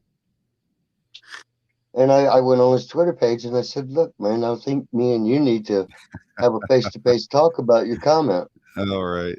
That's awesome. That's on his Twitter page. I mean, you have to go back a ways. So who won that race, David? Brad Keselowski. New car, okay. Yeah. What year was that? Yeah, there's a bunch of 2014. 2014. Oh, okay, yeah. Oops. Man, they all run together for me, Dickie. 7 years ago, though. Oh, I hear you. Yeah, that was the arresting one right there. Yeah. You just had the arresting one right there. That's all right, man. Well, we're going to have fun in Martinsville. We got the same kind of tickets you got, the Sky Deck up on top where you can walk around. And then they say there's a couple of general admission seats, I guess.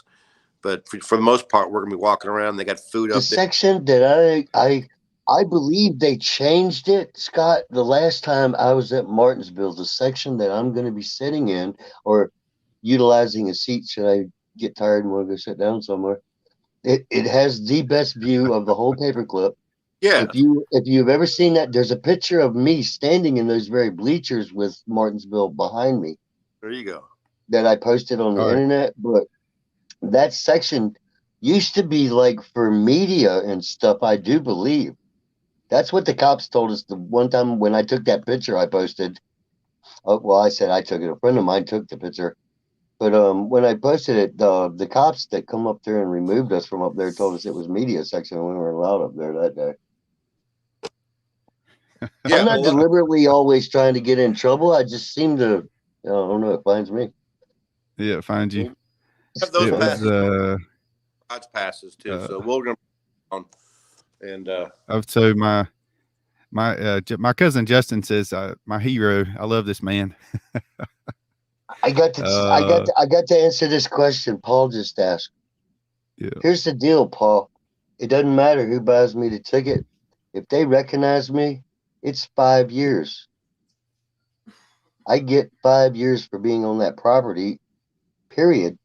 Martinsville or Richmond? That's through the court. That's through the court. That's not through NASCAR. The court of Henrico County court ordered me to not be on that property for the rest of my life. It's okay.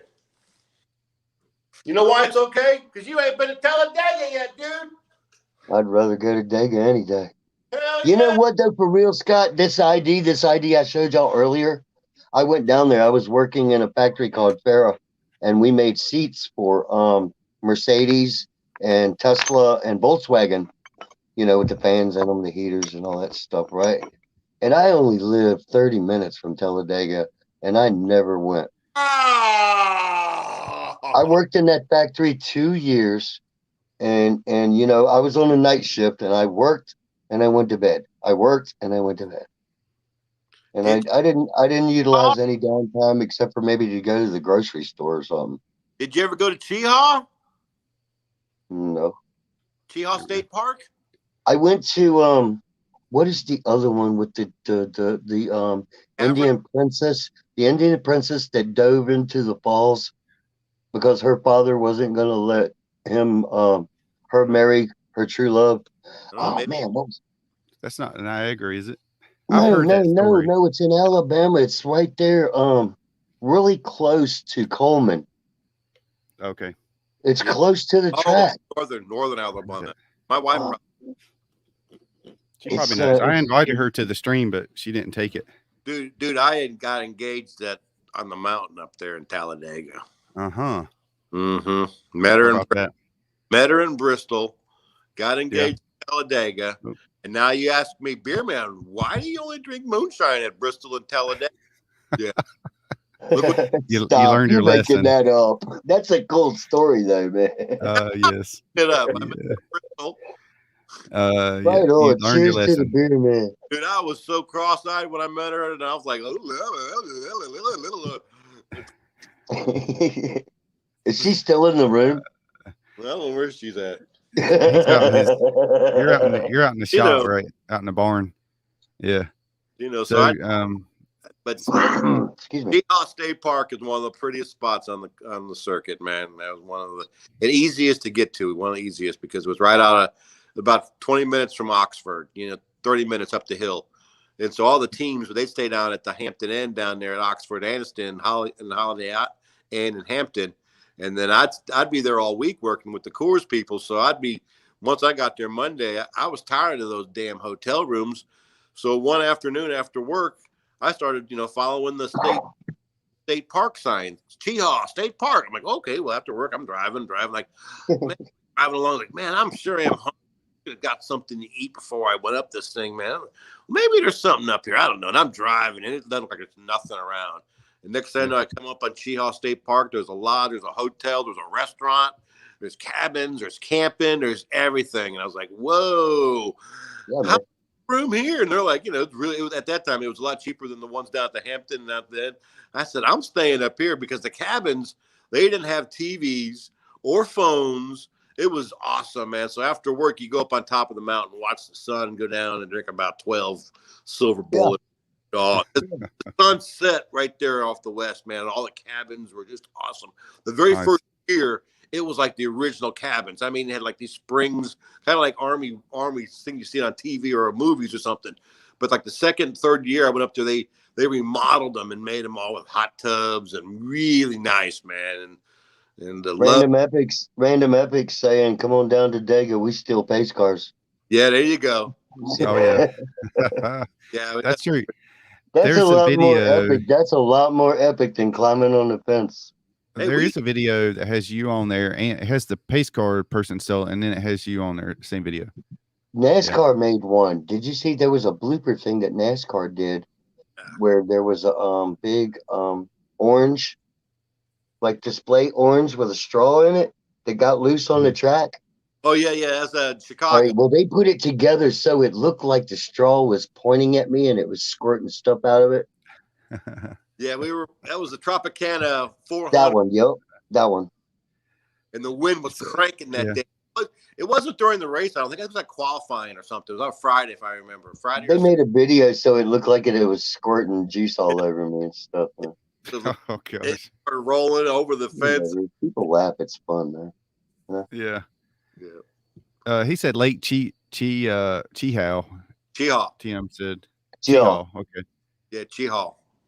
The one I'm thinking of, though, man, it's in I want to say Catawba County. And it's not far from all the rocket scientists either there in Huntsville.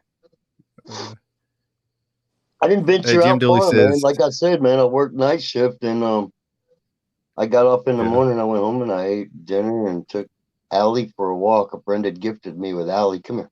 Come up here, let everybody see. Jim Dooley says 2021 Three Stooges. Love you three. Classic show. Gosh, man, Awesome. I'll tell you what. I've had one piece of pizza today. That's all I've had. And then Scott sent me a picture of that prime rib, and I was like, man, that looks so good. Yeah, that's all I've had today. That's You it. can figure out the Stooges too, Larry, Curly, and Mel. Oh, it We can works. figure out which one's which. Yeah, that's true. That's my excuse for acting tired, I guess. But yeah. So let's see. Paul said, Dickie, if your lady buys the tickets, how would you know? How would they know? Yeah, that that's what I was talking about earlier. Oh, yeah, I must have missed that one. He you were on the property. But yeah, if I'm on the property, man, and somebody just happens to recognize me, you know. Mm-hmm. Oh yeah, you go to jail for who knows. It's not worth 5 years, man. It's a 5-year sentence. Yeah, forget that. Not when you can watch it on TV. It's just in that county you can't go. Or sorry, is that right? Right. I can go to any other racetrack I want to until maybe NASCAR bans me from every track in the NASCAR or whatever. Mm-hmm. Whoever done that? Well, you know, here's the deal. After watching our shows, go ahead, Scott. ISC owns Martinsville and Richmond together, so I probably wouldn't promote it. I did hear that Richmond just got bought by someone new. I haven't heard that. Well, if I could be wrong, but I haven't heard it. No, I think it's what you're talking about, Scott. How long ago was that? Richmond? Yes. No. This has been maybe a year or two at the most that they just got a new owner or went into a different kind of category. You're right. You're right. Yeah, there was something that happened. International Speedway Corporation. Somebody else bought. Somehow it went through some type of thing. So like that. But many people that have been on my show, that every time I mention the fence climber, they always know.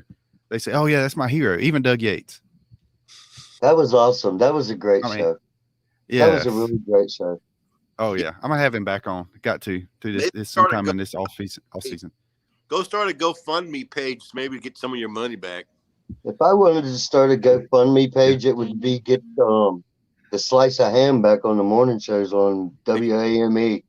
That ain't good. Oh man, that's what I'd do. I'd start a GoFundMe page for that first before me. Yeah, I ain't worried about me. Look, Martinsville's right here, Bristol's right here. There's Chantilly, there's Jamaica dirt tracks, right? And I got an NHRA sanctioned drag strip 15 minutes from my house. Richmond is Richmond, and most of the time, every race I've been through since every one I've attended since 2014 has been in the campgrounds called Chickahominy campgrounds. It's a redneck kind of place, man. But sounds like it. Anyhow, Dover. my friends come there. My friends come there. We put up a projection screen, and they hang out with me, and we watch the race in the campgrounds. There you go. Yeah, that's friends, man. Hey, that's a lot about people. Jim Dooley, thank you for that. We're gonna come all the way from Pennsylvania, or other places, and we're gonna hang out in the campgrounds and party with the fence guy and all of his buddies and all of our buddies. There's a group called NASCAR Untamed. It's a private base group, but we've attended several races as a group together, and it's a good thing, keep people, history alive, keep the sport alive. The camaraderie is everything, That's yes, right. Absolutely.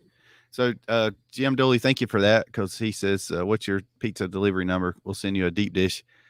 My Tracy's son left a few minutes ago, and he's going to go pick up Mexican, and not Mexican. God, I could go for that right now. He was going to go get. That does sound good, don't it? Oh man, yes. And they stay open late, I think, but not in Statesville. He was going to go get some Japanese, and I was like, no, I'm good. But now I'm thinking, man, I got some barbecue left over from Big Red from Jeff Lemon's. I'm going to go eat that here in a little bit. Debbie got some leftover ribs. My wife can make some killer ribs. I will say that, buddy. Oh, Justin. Debbie makes some killer ribs, man. And before good. I'll go anywhere else and have any other ribs, all right, I'll tell everybody in the world, Hooters has the best ribs. Hooters? Next to my wife's ribs, Hooters has the best.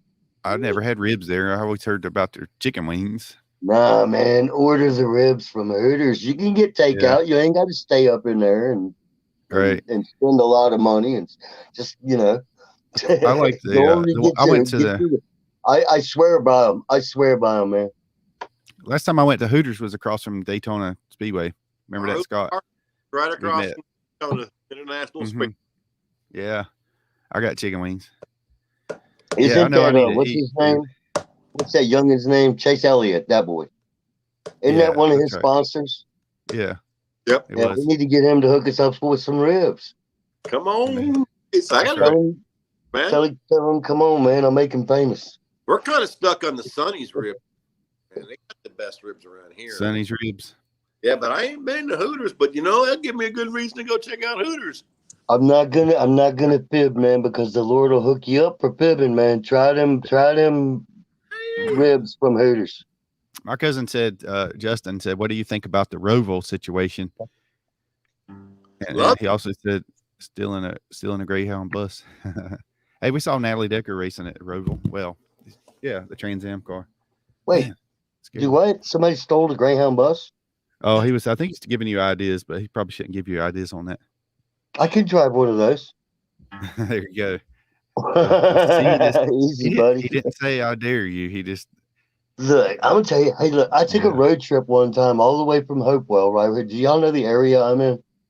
yeah. I'm 30 miles. I'm 30 miles south of the track, kind of going east toward the beach. Yep.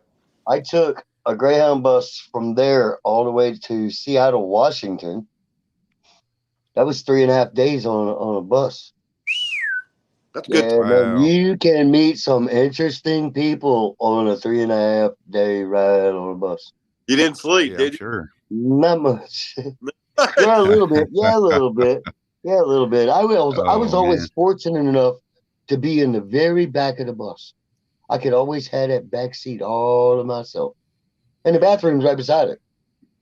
The back seat, unless some big old boy that ate something, that didn't agree with him, came in there. I was good back there, Yeah. But that's the last seat you want to be in when somebody was in there utilizing the facilities, man. Oh, I'm sure. Yes. Good Lord. Yeah. Man, that sounds good, man. He got fried okra tonight. Scott, what did you have with you had a prime rib, right? Baked potato. What'd you have with your baked taters? A baked tater. Yeah, man. That sounds really good. Ham gonna get to talking about food. Sing a song called Bacon and Eggs on My Baked Potato. Bacon. Yes. Oh, I'd like to have a baconator right now. Throw that out there, man. How about a baconator? Have you ever had tuna in scrambled eggs?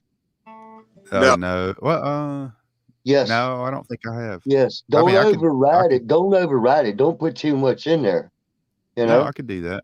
Well, all right. And the ratio that I use is I scramble 4 eggs and I put half of a regular, cat food size can. Half of it. Okay. Yeah. I bet. Yeah, that's the ratio I use. I drain it first, and it's in water, not oil. Cheese and hot sauce? Yes. Oh, yeah. That's Louisiana. Good. Yeah. Okay, Louisiana. Louisiana, and sometimes even I'll just skip that and I'll go ahead and put paste picante sauce on that. And we do boil some eggs and put in tuna salad. Nah, some boiled eggs. That's good. When we were younger, cheese and go lobstering down there. We had so much lobster. That's when you chop that up and put it in your eggs in the morning. Lobster, my God. With heavy on the butter. Oh man. Eggs. I love lobster. Man. I love lobster. Look, you can get bass to almost be like lobster. If you take bass and you deep fry it in butter flavored Crisco. Yeah. If you like bass, deep fry it in butter flavored Crisco. It's so delicious, man. I'm gonna get hungry in a minute. Yeah. Sounds good. All right, Scott, play us a tune, man. You want to play one too? All right. Yeah. Yeah, play this one.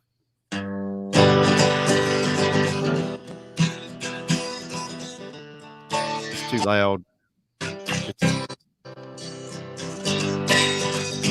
All my memories gather around her. Miner's lady, stranger to the water. Yeah, it's playing too loud because this won't automatically knock it down. Hold on, let me see if I can make this see. Scott's my hero. Scott's my hero. Oh, Look, lobster Scott. mac and cheese, Paul. Yeah, Look, that's good Scott. stuff. That'd be sweet fish fry. West Virginia.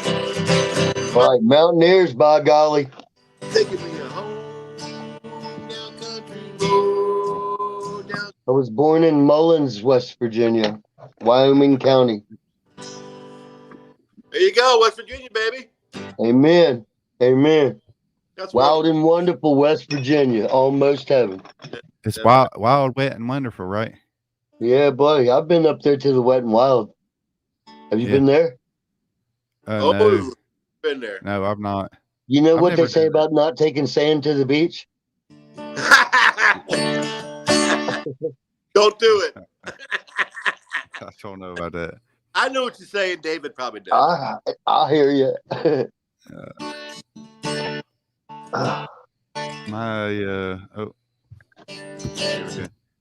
Lobster and macaroni and cheese. Hold up. That sounds really good, too. Oh, yeah. I saw that. Nobody eats tilapia no more, and I don't reckon that I don't eat tilapia. I've heard stuff about that. Nasty. Yeah. Don't eat that anymore. Fish if you're gonna eat tilapia. Yeah, don't eat it no more. Yeah. You know how to cook. The best way to cook carp is to take a wood cedar plank, and put the carp on it and cook it and put it in the grill, whatever, bake it, whatever, and then you throw the carp away and eat the wood. Amen. Amen. Yeah. Yeah. I mean, I'll not be really, right but back. that's all right. Big time. Scott, how's that boat doing, man? That was my joke. I told you. Oh yeah, well, you know, I borrowed it. That's okay. At least you remembered it. I might have told you that before. You might have heard it the same place I did. Hey, we worked in the same place, you know. You want to know where I heard that joke? Yeah. WBRF 98.1. Oh, is that right? Yeah, one morning they got that crazy people on there in the morning. And I was listening to them one time. This was many years ago. Yeah. Best carp. Best carp I ever ate was I cooked it on a cedar plank. I threw the carp away and ate the cedar plank. That's it. Well, yes.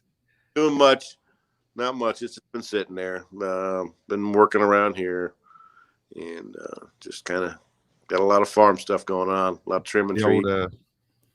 The old C-tunes. Yeah, but I got a donkey down over here. Got a bad hoof, so I've been taking the donkey, and she's in the donkey condo with her other. That's Sophie, who's the main donkey, the dominant one. Yeah. Not doing well, and so she's in the donkey condo with her sister. So you have any oranges on your trees? Not yet. That's not really until really kind of more towards January. You know, I mean they're starting green, but they're not even close to being red. I mean, you want to wait till after the winter time for the oranges to start, producing here. Oh, okay. But they're ready to go, baby. Go get I didn't realize that. Yeah, I don't know where you got to go. You probably got to go to Charlotte to go and get one of them good seafood places because it's just hard. You talking about tonight? No. To try to find some good oysters to come bring home. Oh, okay. They're not as fresh up here as they are down in excuse me. Well, no, or on the water. I mean, that's not. There's trucks that run from the coast all the way up 85 down 70. They make they're all coming from the coast. So you're only 4 or 5 hours from the coast, okay. 3 hours, I guess, the least, right? But what I'm saying is they're still getting they're harvesting oysters all around right now. So it's it's time to Oh, okay. Oh, goodness. That's good to know. Don't I like some crab legs. But so Kit, Paul crab says legs Kit, is a lot of work, right? Oh, wait, no, not really. No. Well, okay. Yeah, to get the meat out, yes, it is. Hey, somebody show me those. They got nothing. those little itty bitty forks, right? Them little tiny forks. Yeah. You stab it down inside the claw, right? Tell me if I'm doing it right. One of And my then yeah, you rip it right down the side. Oh they yeah, there you go. The challenge. prong inside, and then Hey just Scott, push it don't talk right so loud down, and the whole thing because opens up. it's cutting you off. When you talk What? loud, it cuts you off. I was telling Scott Me? not to talk loud. Yeah, there you go. No, not you, because Scott, it's like chopping because I've got this thing set up to where it buffers down. Hey, I love some crab legs. They're loaded with B12 vitamins, so the next day you'll have lots I of can't energy. take it no more, man. But Kit was asking a That's funny. question. Kit's down in Port St. Lucie, Florida, and she was asking what's the deal with the tilapia. But they're like farm raised or not? They're raised like in crappy situations, and they have all kinds of like Mercury. There's a mercury yeah, count or something in them, and yeah, you yeah, got to eat like tons of them, but they're like frowned upon. They're like trash fish to eat. It's like kind of carp. yeah. Right. People, They're not your normal whitefish. it's like the Apparently. catfish up here. The catfish up here is supposed to have PCBs, and it's a chemical that's derived from batteries. And Okay. how all the battery stuff got in the river, nobody knows. But besides that, if they say you got to eat like 52 pounds or something a week for over 50 years before it will actually affect you. Really? The ones that we catch, and we have many guys that run up and out of the river, and they got catfish pots and stuff, and they take them to these little ponds they have inside Quonset huts, big Quonset huts, and they got filtered systems in there that flush the catfish out so they don't have that rivery stench to them and color to them no more. It's kind of, it filters the fish. And they sell them for farm raised up in New York. And, I don't care about statute of limitations. And I ain't Oh, I called love some. nobody's name. I ain't called nobody's name. Yeah, I love some catfish now. Sorry. No, you're good. I didn't hear you, but That's what I said. I love some catfish, salt and pepper catfish. When we go out to a fish place, man, yeah. Or what we call down here fish camps. You ever call them fish camp? Okay, that's what I don't know why we call them that. But I'm that's that, what, most guys will sit around Super Bowl time or Daytona 500 time. This is racing routes. We're not going to talk about, the playoffs and stuff. But I would rather go and catch me a 30, 40 pound catfish and fillet him out and have catfish and nuggets, yeah. Right there on a platter while I'm watching Daytona 500, some cold bears and catfish nuggets. And yeah. Oh yeah, yeah. That sounds good. Hey, have you ever had rattlesnake nuggets Yes. out in not. Arizona? Yeah, when we were out in Arizona, that's the first time I had rattlesnake. I had alligator. I tried alligator one time. I thought it was nasty, and everybody told me it was because I got it from the Bass Pro Shop. Yeah. Oh, Dude, oh, down here it's good. Fresh yeah. down here is really good. I got mine at Key Largo years ago when we went with Nemechek after. I guess when I was a jackman for his bush team. What's the texture we of won your the meat? race. We won at Is Homestead. it like stringy or is it like it's kind flake? of like chicken? It's like stringy, Yeah. like chicken meat. Yeah, but not really. Kind of more together. Okay. Not stringy. Yeah, like muscly. Yeah, it's good. We could Muscly. get Huh. you're at a place, that you It was nasty at the Bass Pro Shops in Ashland, Virginia. I probably wouldn't do that. You know what? I probably wouldn't do what I made in my lifetime. Coors and FHM magazine used to hook up together. You know that magazine, Just for Him magazine or something. Yes. So, Yeah, I remember that. hot smoking models. We were in Kansas City. Coors FHM promotion, right? Yeah. And these babes are walking around with all this sushi, right, on a plate, and I'm like, yeah, baby, come on over here. Oh, I'm from Florida. I can eat that shrimp. And I'm chowing down. It was Sterling Marlin appearance, too, on top of that. So we go, and somehow the next day I wake up, man, and I got this big old lip, and I had this reaction of eating sushi in Kansas City. Don't ever eat sushi in Kansas City. My wife has allergic reactions to crustaceans. Uh-oh. Oh, Yeah, no. shrimp, Swell up. crab, all that crap, man. At Yeah. the lobster too. She said she don't care. If she goes, man, it's gonna be because she's eating something she loves. That's it. She's Yeah. got an EpiPen. She got an EpiPen and stuff like that, man. You know, but you gotta Tim be says happy. that here in Bama, people eat squirrels, ducks, Ducks. beavers, you name it. I've eaten squirrels. I've ate duck. We call game I ain't feast. never ate a beaver. Heck yeah. Oh, Jim Dooley says Lake Norman fried snapping turtle. Love it. I've not heard that Now, before. I want somebody to So- cook some snapping turtle. When we won in 1999 with Joe We need Nemechek at turtle, bud. Homestead, he took us we went down there in Key Largo and we had alligator. I think it was either that, yeah, pretty much that day. And Dale Jr. won the championship, his second one. And so, yeah. Why Okay. can't I see Dooley at all? I can't see Dooley at Well, all. all right. So here's the deal. For whatever reason, when I have this posted on my Racing Roots with Hamm and my personal page, and it doesn't show comments. I'm streaming through YouTube on this one. You're on YouTube. Yeah. Yeah. Well, it's on Facebook too. We're on YouTube and Facebook. Right on. Yeah. Oh, yeah. But see, I see all the comments because they come on to my StreamYard. So even the comments Oh, from so you can see all the platforms at once. yeah. I got you. Yeah. That's what's cool about the StreamYard app is I can see You've them been all. schooling me, David. You teaching me things, man.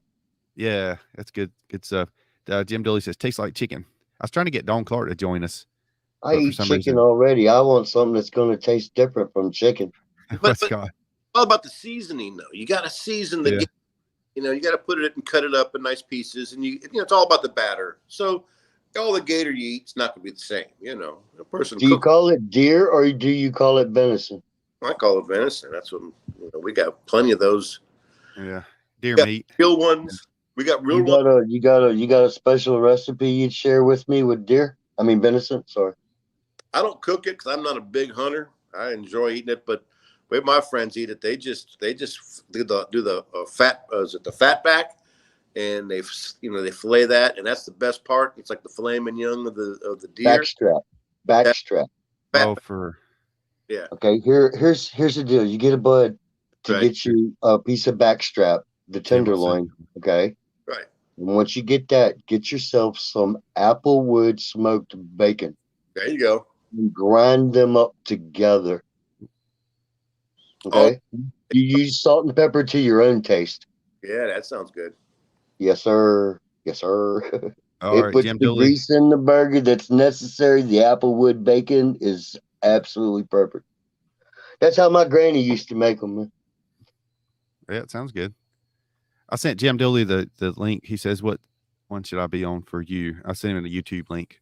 So if y'all want to go on YouTube, it's DHamIam on YouTube, and you can go on there and comment as well and see us. And random Tim says, "But the best thing is deer Amen. meat." Yeah. Yeah, we got Amen. wild deer come up our backyard just about a month ago. Man, There were I two of them. forgot. And then the next thing I noticed, the next day, Janet calls me and says, "There's a dead deer in the front yard." And I said, "Well, we got to go." I said, "Call Jeff and he'll skin him out and clean it up." She goes, No. I mean, there's nothing left. The coyote Damn. thing, Oh, Now, yes. all thing was left was skin and bones. I'm sorry you had to see that, man. It was that's scary, unbelievable. Them coyotes are tough, so you got to There's watch. Jim. I see him now. And Hey, look, Yeah. There you I go. tell you, I just got my hunting license, as a matter of fact, last week. And Oh, you did. yeah, I did. My wife wants a deer in the freezer, you know, and I'm a fairly good hunter. You know, my dad taught me the ways of the woods, and then he shot, and I learned to shoot, and then Uncle Sam sharpened those skills in shooting, and I don't care to hunt with firearms no more, man. I went and I got myself a crossbow. I think it's a lot more sporting, and I will not shoot unless I have the shot that's going to make it drop right there. I'm not going to shoot the wound; it's going to drop.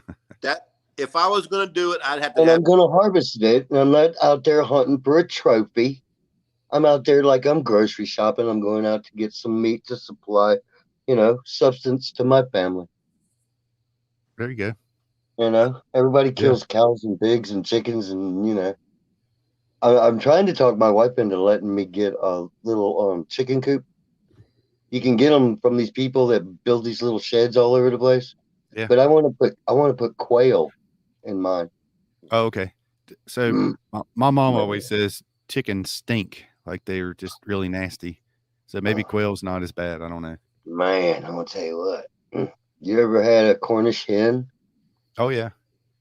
I got Debbie and I got this new wave oven, right? You can put a Cornish hen in there, and in 30 minutes, you can take a butcher knife and go right down the middle of the breastbone of the chicken, and you got a piece, and Tracy got a piece. Oh. Well, it's See what I mean? Yeah, I know they're You not. got the whole damn half a chicken to yourself, man. I know they're those little tiny things. You Yes. took that way wrong, man. You took that way wrong. No, you know how it is. Just way out there. Squirrel ran by. No, I get it. Chickens eat, So brother. yeah. And Dickie, possums eat ticks. not Dickie. Ooh. Jim Dooley says, "Oh, really? I want a coop. Chickens eat bugs, and they make great poop for the garden. The HOA keeps biting me on that issue. I didn't realize Jim Dooley has a HOA. Man, look at his place out there. I know, God. man. What a house, right? Yeah. I mean, what the heck? Hey, do you know what he's getting ready to do? Scott, What's you know it? Jim? No. This guy's got a smart car. Okay. You ever seen a smart car? The little ones. Yes, those little ones. Yeah. He has a matching pontoon boat. One of those little ones. Behind his no. Here's the kicker. Yes. He's recently found there's a racing circuit for those. He's talking about racing his smart car. So I'm Oh, thinking David could be his engine guy, What? I saw he sent me a video, and and it was pretty funny. Yeah, you know what I'm talking about then, right? Yeah, I do. Where's Jim Dooley live? Northern Pennsylvania. Virginia, I'm just sorry, up the Virginia. street from me a little bit. Okay. Yeah. Is he He's Tom? from Statesville, is what I hear. Yeah, Tom's brother? he's a Dooley. He's a Tom Dooley kind of guy. I said Pennsylvania because I was sending him a message to Brian Spencer up in Pennsylvania. But anyway, he's Jim Dooley. Like Tom Dooley. Yeah. Lay down your head, Jim Dooley, Hey. Jim Dooley, lay down your head. You've heard that Yeah. song, Scott. They're The But song's about oh, his man. family. I A gotta bring man my and his banjo. family. So he's supposed to be coming with us. He's supposed to pick Dickie up and bring him down to Martinsville. Yeah, he's gonna come by here and grab me, and we're coming to Martinsville. I can't say the ETA. Yeah. That's not for me to divulge. Are you We're coming gonna try to sneak up on y'all and You see never what the hell y'all into first. for Yeah. both days, Saturday and Sunday? I am. I think we're gonna be the whole weekend, man. Yeah, okay. So you'll be there like Friday or so. Yeah. Well, you tried to narrow it down, Scott. I'm gonna sneak up on y'all and see what y'all up to before y'all know I'm there. Okay, well, that's all right. Well, we All right. where we're going to be at, so we're all up in here. We had places. You're gonna be in what, 3? You said turn 3, right? Oh no, as far as camping, or I thought y'all gonna be in the infield. not in Martinsville. You can't get in the infield in Martinsville. I didn't know that. No, it's just the haulers going to be in there. Plus on Saturday it'll be the trucks at 12 or 1 o'clock. They're going to race, and then the Xfinity is going to be at 6. So Saturday's race is going to end under the lights, and then Sunday you're going to have the race. So what they'll do is they'll pull all the transporters for Xfinity and truck out on Saturday, and then they'll bring the Cup boys in on Sunday. No practice, no qualifying, and they'll be ready to go Sunday morning. That makes sense. That's how I think it happened. Yeah. I'm not a big person. He just asked me how much room he needs for my butt. What the hell? I got a question. Where are y'all staying? He just asked if he needed to bring his RV or we're just going to come up there in his Jeep. I got a tent. I got a teepee, as a matter of fact. I have no campground reservations whatsoever. Yeah, I mean, probably find. I mean, we're having a hard time finding RV right now, but right now we're going to be somehow the general Hi, mission. Dawn. Yeah, Dawn's there's tuned Dawn. in. Yeah, So I was trying to get her to join us, but I don't know if she could figure out how to get on here. Oh, that's just mean, man. they're Well, open. What's like, you don't talk to women like that. What's wrong with you? no, I mean I I sent don't her a know if link, she but could she figure it out. I I'm seen sure she Tracy could. changing oil. I done seen Tracy changing oil. Yeah. Well, I was just saying I sent her to her, but she didn't. She's not on here asking to come on. So yeah. Nope. Oh I my hope goodness. in Martinsville the Saturday of the Kansas race. So they're opening the Martinsville campgrounds a week before the race starts, if that makes sense. So there'll be people loading in there. I'm not Yeah, gonna that's be able crazy. to tell. I mean, What's that, Dickie? Don made a comment. we'll figure it all. We'll figure it Well, out. Yeah, it's gonna happen somehow. Like I said, I got a tent, I got a mosquito, I got a friggin' hammock. I got a hammock that I take kayaking that Yeah. has a roof and mosquito walls. I can tie it between two RVs. I don't There you go. shoot up, I can tie it to the fence and be all right. Bring your kayak. There's a couple ponds over there in Martinsville. We'll take you around. Oh, come on, man. I don't think I'm gonna have time to kayak while we're there in Martinsville though. It'll be a lot of fun. We're gonna have a good time. Hey, Dawn, what are you up to tonight? What I was just saying, I was trying to get her to come on here and be on camera with us. She says she's here and she knows how to change oil too. That's right. I don't doubt that. That's what I need to do. Get her over here and do a video, her changing oil. That'd be good. Hey, I'm gonna tell you something about that her. show that you was talking about getting Samantha and Delana and a few of the NASCAR drivers' wives on the Racing Roots show. Yeah, that would be good. That'd They be can great. really talk dirt about the guys, man. Oh yeah, man. We need to do that for sure. Yes. Right? But I'm gonna tell you something about Dawn. She is she's quite the actress. She was in a Tom Dooley play with us, and she was in there for the first time. I guess the third year that we did it. I was in the second and the third year. But yeah, she's really good. But I was trying to get her to come on.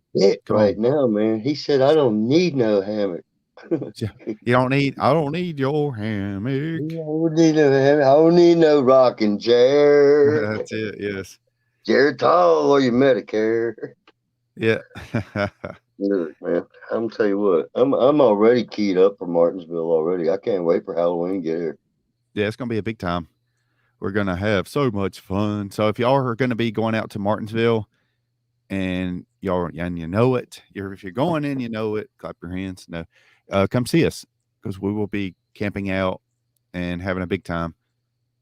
We'll be there somewhere. I mean, it's not that big of a place. There's one place that I know of. It's up there. It's Camper Joe's or Joe's Campground. It's right there, man. Dickie said, I mean, not Dickie, Jim Dooley. He's like, you don't need a hammock when you go with me. It's either luxury or we ain't going. So apparently he's going to take that smart car and y'all going to be camping out in the smart car. That's what I'm thinking. He's going to pull the smart car behind. Yes. The RV. Oh, okay. Yes. He's going to get good gas mileage on that.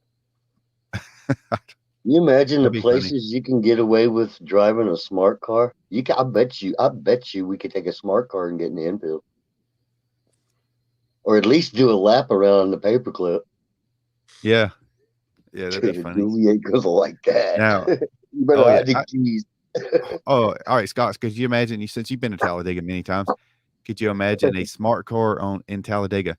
Because if you're out, all right, when we would ride in there in the bus, we would be down on the apron and you look out the side window of the bus and you see nothing but track. It's how much of a steep angle Talladega is. Yeah. So basically, you got to be doing that speed, or you can't stay up there near the fence. 33-degree banking. You got to be getting it to get up there and stay up there, right? Mm-hmm. Yeah, you have to. Yeah. 33-degree banking. Oh my goodness. 33. Yeah, 33. 33-degree banking. All righty. You've had a lot going on right now, brother, man. That's why I ain't been bothering you. You hear me, Jim? I'll text you after the show or maybe in the morning over coffee or something, but you've had a lot going on. I've just been keeping my space, brother. All right, so Martinsville. So Scott's going to go ahead and take your camper down. It's going to be there the week ahead of time. and then I'm coming in Friday, maybe. You've got something the like that. Decker camper at your place. Are you hauling that down there? No. Well, am I, Scott? I don't even know if she left the Yeah. keys to that thing. Uh-oh. It's Well, I Manisha's. guess not. I gotta try to fix that. I gotta try to fix it so she can get the levelers down. Yeah, I don't know, man. I might just What's bring wrong it with down. it? What's wrong with it, man? Do I need I to might show just- up down there and help you? I can help you, man. I told you that forever. Yeah, the levelers won't go down. They're jammed up in there. Well, no, it's not that. The controller's bad. You can see Oh, where it's water got electronic? into it. Yeah, it's electronic. Electronic. You can see where water got into it. Everything's got to be electronic, and everybody's so lazy nowadays. Nobody wants to crank on a crank. Right? Do it Yeah. easy.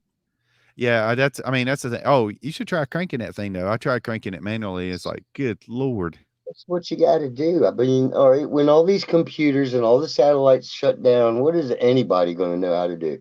Play guitar. That's it. There you go, Scott. I'm going to learn to play that harmonica. I bet you I am. Yeah. So today's it's another Can story. you fly a drone, David? Can I what? Can you fly a drone? All right. I got one, man. I just don't know how to fly it. Yeah, it's tough. I struggle with it. I'm gonna I have to don't want to learn. break it. I crashed it once, and it's got the prop protectors Yeah. on it. Yeah. I tried to make it hover in the kitchen, and Yeah. it started to yaw a little bit, kitchen. right? Yeah, and Debbie's got this like 3 shelves that has all these seasonings, right? Yeah, You know, yeah. seasonings. There's a lot, Oh, you know. say goodnight to And it Dawn. just Sorry. wiped them. It just totally wiped them out, man. Good night, Dawn. Oh, it Good night, wiped out Dawn. Yeah, good Aw. night, Dawn. See, we'll talk to you tomorrow. So guess what I did with mine I is wasn't paying attention, man. and I've got it on video. It was going up and up and up, and I was like, and then it got out of range, and then it just decided When to come mine down. gets out of range, it returns back to the controller. Oh well, mine just got out of range, and then it went on its own. But it came down, and I thought it's gone. It's gonna land in this tree, and it's gone forever. But anyway, ended up. I've got a setting on mine also. I've got a setting on mine also that will follow me, like if Yeah. I'm out in my kayak. But mine only has 10 minutes of flight time, and then if I include video, Yep. that's going to cut down on the battery also.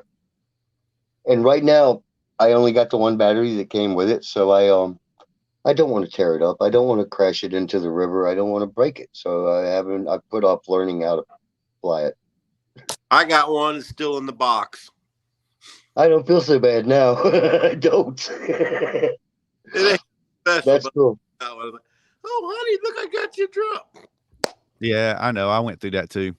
You got This it. past September, mine is 3 years old. This past September, mine is 3 years old. I know. I think mine's 3, and I've flown it twice, but Mm. I just got to practice with it. That's all there is to it. Yeah, I've got a couple extra batteries. We were at the marina the other day, and there was somebody flying the one at night around, and we're like, "What the world is that?" And you can see it flying around. So I know a lot of people. I think he was up on the bridge flying it, but you know, I think there's supposed to be some rules and regulations on those things, ain't it? A little bit. You know? A little bit. Yeah, there's a little bit. You can get in trouble. You can get in trouble with one. Yeah. Like for instance, if someone's hovering over my yard and they're watching my yard or whatever, and I shoot it down with my crossbow, I can go to jail for that. You Oh can. yeah. Yes. They're protected under the what is it? FAA. Wow. I think that's Oh, what yeah, I think federal that's what it's called, the aviation. FAA. Right. Federal Aviation Administration. Damn people, David. Damn people, buddy. Yep.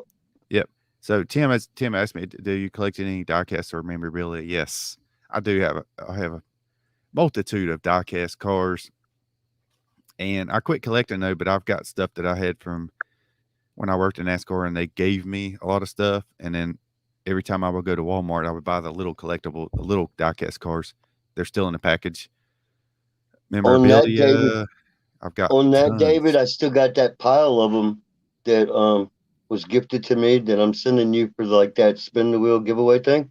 Yes, I I'm just remember gonna that. give them. I'm just gonna give them to Racing Roots, and there it is. You know whose driver is what, and you can sort through them. But there's a pile of them, bro. Yeah, Never out of the packages and stuff. that sounds good, man. I appreciate that. I don't know if they'll fit in a smart car, but I'm You just know kidding. what? You know what? If Jim says what? Watch. You'll see Hey, him. he can fly anything. This he'll I fly over saw the that. raceway. I'm gonna bring it. I'm gonna make sure it's charged up, and I got to charge it with it. I'm gonna bring it. Yeah, It's there you got go. 10 minutes of flight time before it has to be charged. But I also have a solar panel, and a couple of battery blocks. Say that real fast. Yeah, battery. Yeah, Yeah, 3 times right. fast. That I keep with me while I'm kayaking, so that I've always got my phone charged up in case of an emergency or whatever, and I need to get a hold of people. There you go. Are they I black? can go ahead. Are they black? What? Black battery boxes? No, The black boxes You're from a black. fallen I just airplane or caught that. All something. right, man. I just caught that. I'm sorry. I'm slow as Yes. I got this, but I don't know how to use it either. Oh yeah, yeah, me neither. I don't know how to use it. And this one can go underwater. Oh wow.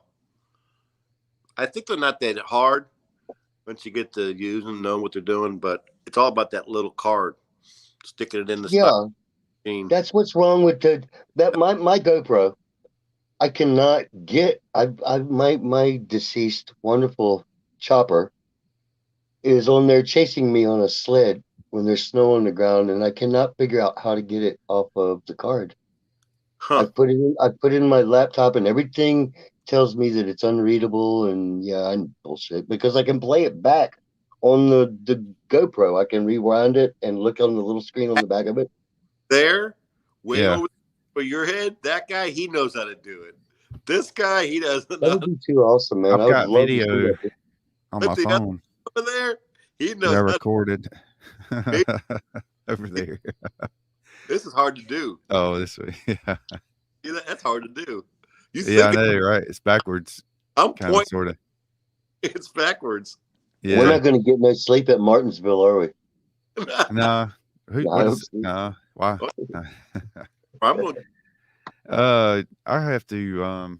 Apparently, I've got to take care of my. It's a last minute tax deal, and not even going to get into the. to calling you. No, Okay, I so- left something up to my wife to take care of, and You'll get it. apparently it wasn't important enough to her. Stop. I know, Get right? yourself in trouble real quick, buddy. I lost something. So anyway, yes. Oh, I like dueling banjos. That's a cool song. yeah, I should bring it. Well, I don't have where my picks aren't anywhere close by. You need a pick. You need a Well, pick. sure. Did you see the one that I'm giving Walter Finley? No, what is it? It's A guitar yeah, pick. I'm it's a talking about guitar finger pick. pick. It's about as big as a Bic lighter. Yeah. But it also doubles as a bottle opener.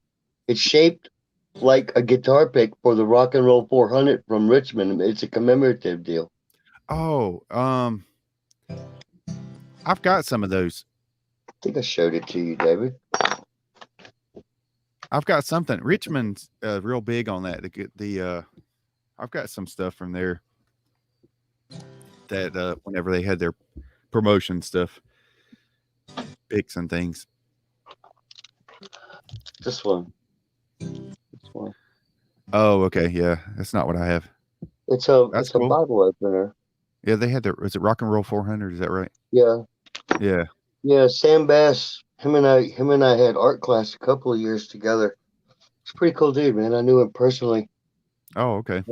I was That is cool. I was going to donate a kidney to Sam to help save his life. It just didn't go down like it should have happened as quick as it should have. Oh, He yeah. was a really good guy, and I remember people when I was growing up, I was little, and there were people that were mean. I was always little. Yeah. And Sam was never one of those. In fact, he taught me a few things that I add to my artwork sometimes, man. He's a really good guy. Oh, yeah, for sure. I've got some of his work. David Marshall's tuned in. Did maybe you longer, see so- what's his name? The M&M's guy. I can't think of it right now. Kyle Busch. Yeah. Yeah, that guy. Did you see him tear that guitar up Sam made? Yeah. Painted, Yeah. Sam painted? Yeah, years ago. And then he pretended to do it again. I thought to that was another one. disgraceful, man. I thought that was Yeah. very disgraceful. Oh, I know. You know, It it'd be was. like me sending you guys a piece of Sure. my driftwood and y'all And then just smash it. You know, Right. okay, the rock and roll thing is to smash your guitar. Yeah, Not something not you cool. appreciate, No, not cool. you know? Yeah, not cool at He's- all. In my opinion, he's a little more arrogant than he needs to be. He's a great father figure in the way that Braxton is growing up. I think that because I've watched some of Braxton's go-kart races and stuff. And Kyle, hey, look, Kyle's got some competition coming. Let me tell you about. Oh, What's her name? yeah. Piper. Piper who? Kevin's daughter. Oh, I'm not sure about that. And Dale Jr. Dale Jr.'s got a little go-kart driver coming up too. Yeah. And then yeah. And then there's Elledge, Carson Elledge, Rose Earnhardt's granddaughter, Kelly's daughter. Did you see what random races epic too. just wrote? Tim just wrote about Sam Bass. Yeah. That's It's- pretty cool, man. I got to tell you guys something about one of Sam Bass's paintings. One of his drawings that he did was for Rusty Wallace, and nobody, as I know of, nobody knows this. Yeah. He put the wrong number on the car, and I have those. And you have that? Hey. Wow. Yeah, I have the one that was printed with the wrong Mhm. number, and the one that was the right number. He made a mistake, but you know everybody does. Yeah, how about But that? that's just a piece of racing roots history. That's Yeah, you know, that's it. Scott, play a about song, Sam and I'm gonna Bass. go get my. I'm gonna go get my. I'm gonna tell you. I found this. I had some. What do you call them? Poster frames, and I had one in Kyle Petty that he signed. Well, I took it out the other day because I'm gonna replace the frame, and I found a poster behind it, and I was like, I totally forgot that I had this poster, so I'm gonna show you what it is.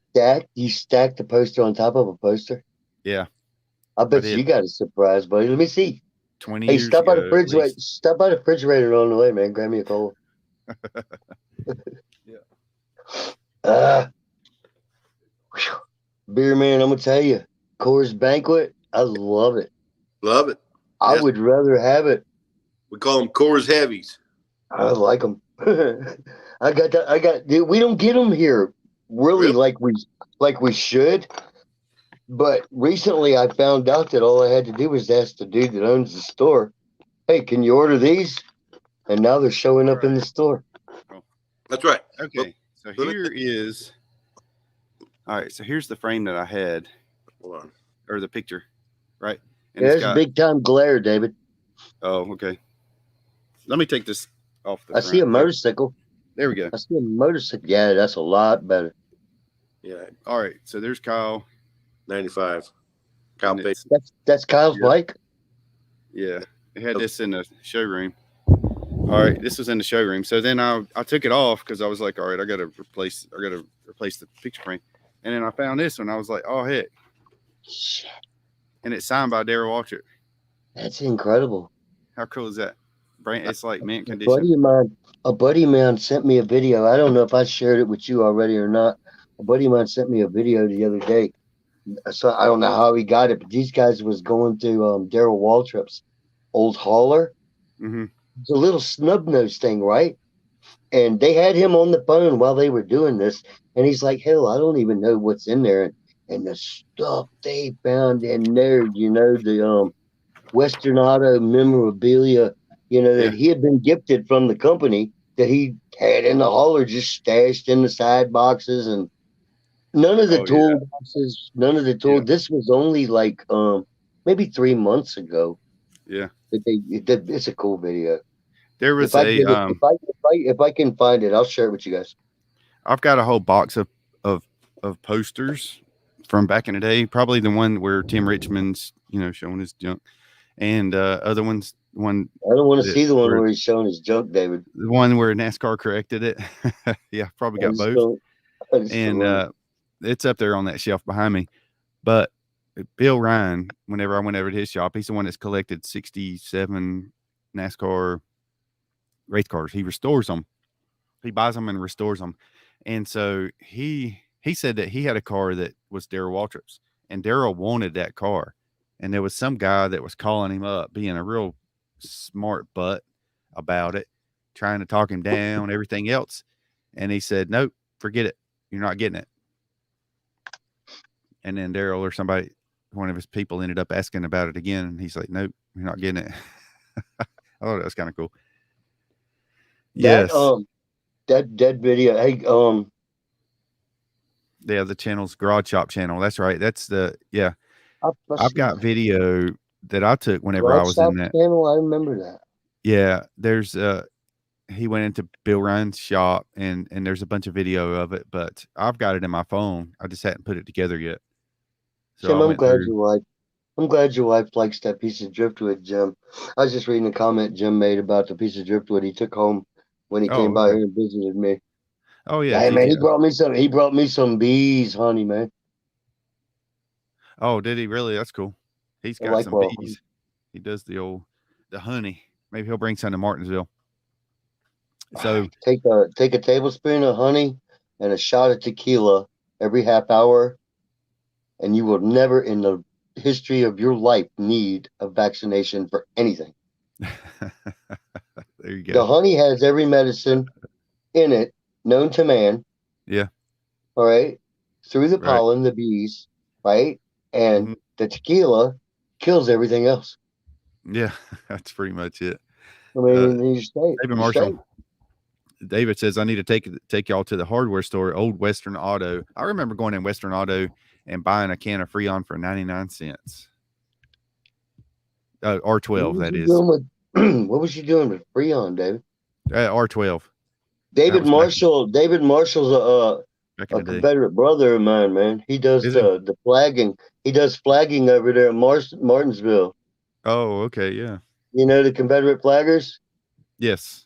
Yeah, I don't know if I should have said that, but he's my brother. All right. Yeah. Him and I Is tight he, like that. He was in I'm some of the assuming pictures. He was in some of those pictures I posted from Richmond. Oh yeah. He was actually one of the pictures. I believe it was a "Don't Tread on Me" flag. We was jamming right then, and I snapped a couple pictures while he was walking around with a flag. Yeah. I'm assuming he's in the SCV. The Suns. I Scott, you can't still say. awake? Yeah, I got you. All right. Well, I think I probably should wrap it up and go take care of my little tax situation that I have. But Scott can It's end it up with a almost 10, tune. man. This was awesome. I had a great evening, y'all. Yeah, me Thanks too. for hanging out, Scott.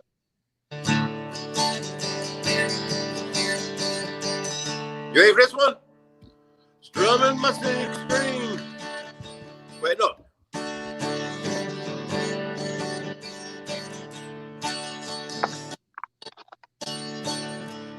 Dibbling a sponge cake. Watching the sun bake. All of them turkeys, they covered with a hole.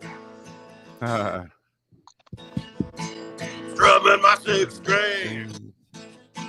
How my front porch swing. Hell, I hear them simply getting too bold. Bubbles. Wasting away again. And Margaritaville. Searching for my lost sacred soul. So. Some people claim that there's a woman to blame, but I know It's still Dickie's fault. you're right.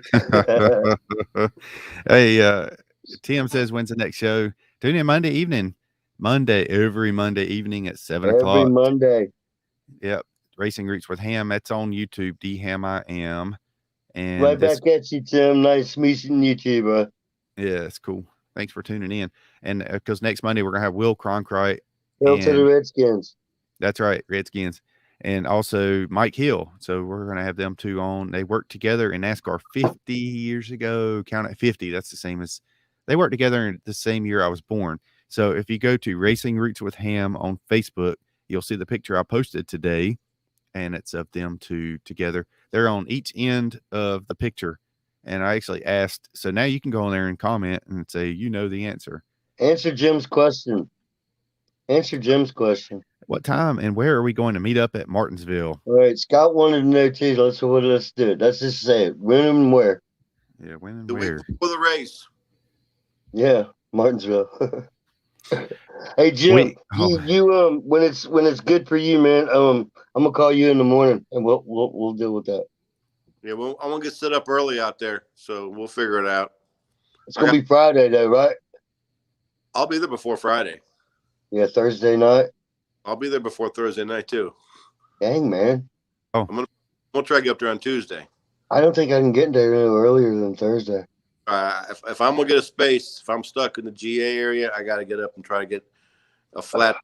Martinsville's got all them heels, and I don't want to be stuck on a heel. Yeah, right.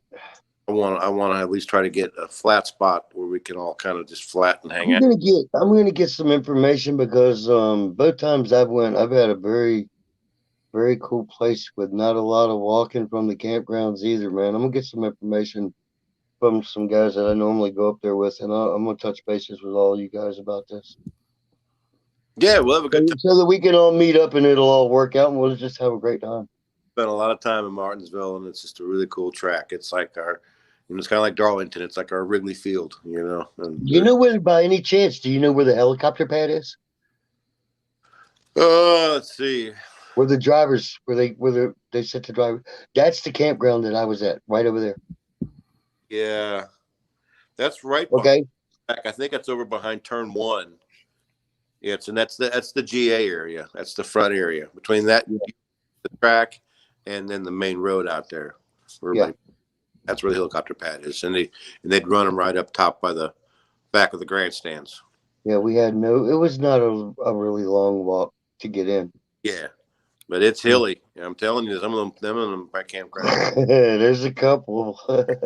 Yeah, it's like Bristol. Good Lord. When any of your RVs in there? Yeah, Bristol's worse. Bristol's a lot worse. So yeah. If they got Thunder Valley going down right now this weekend. Y'all know that, right?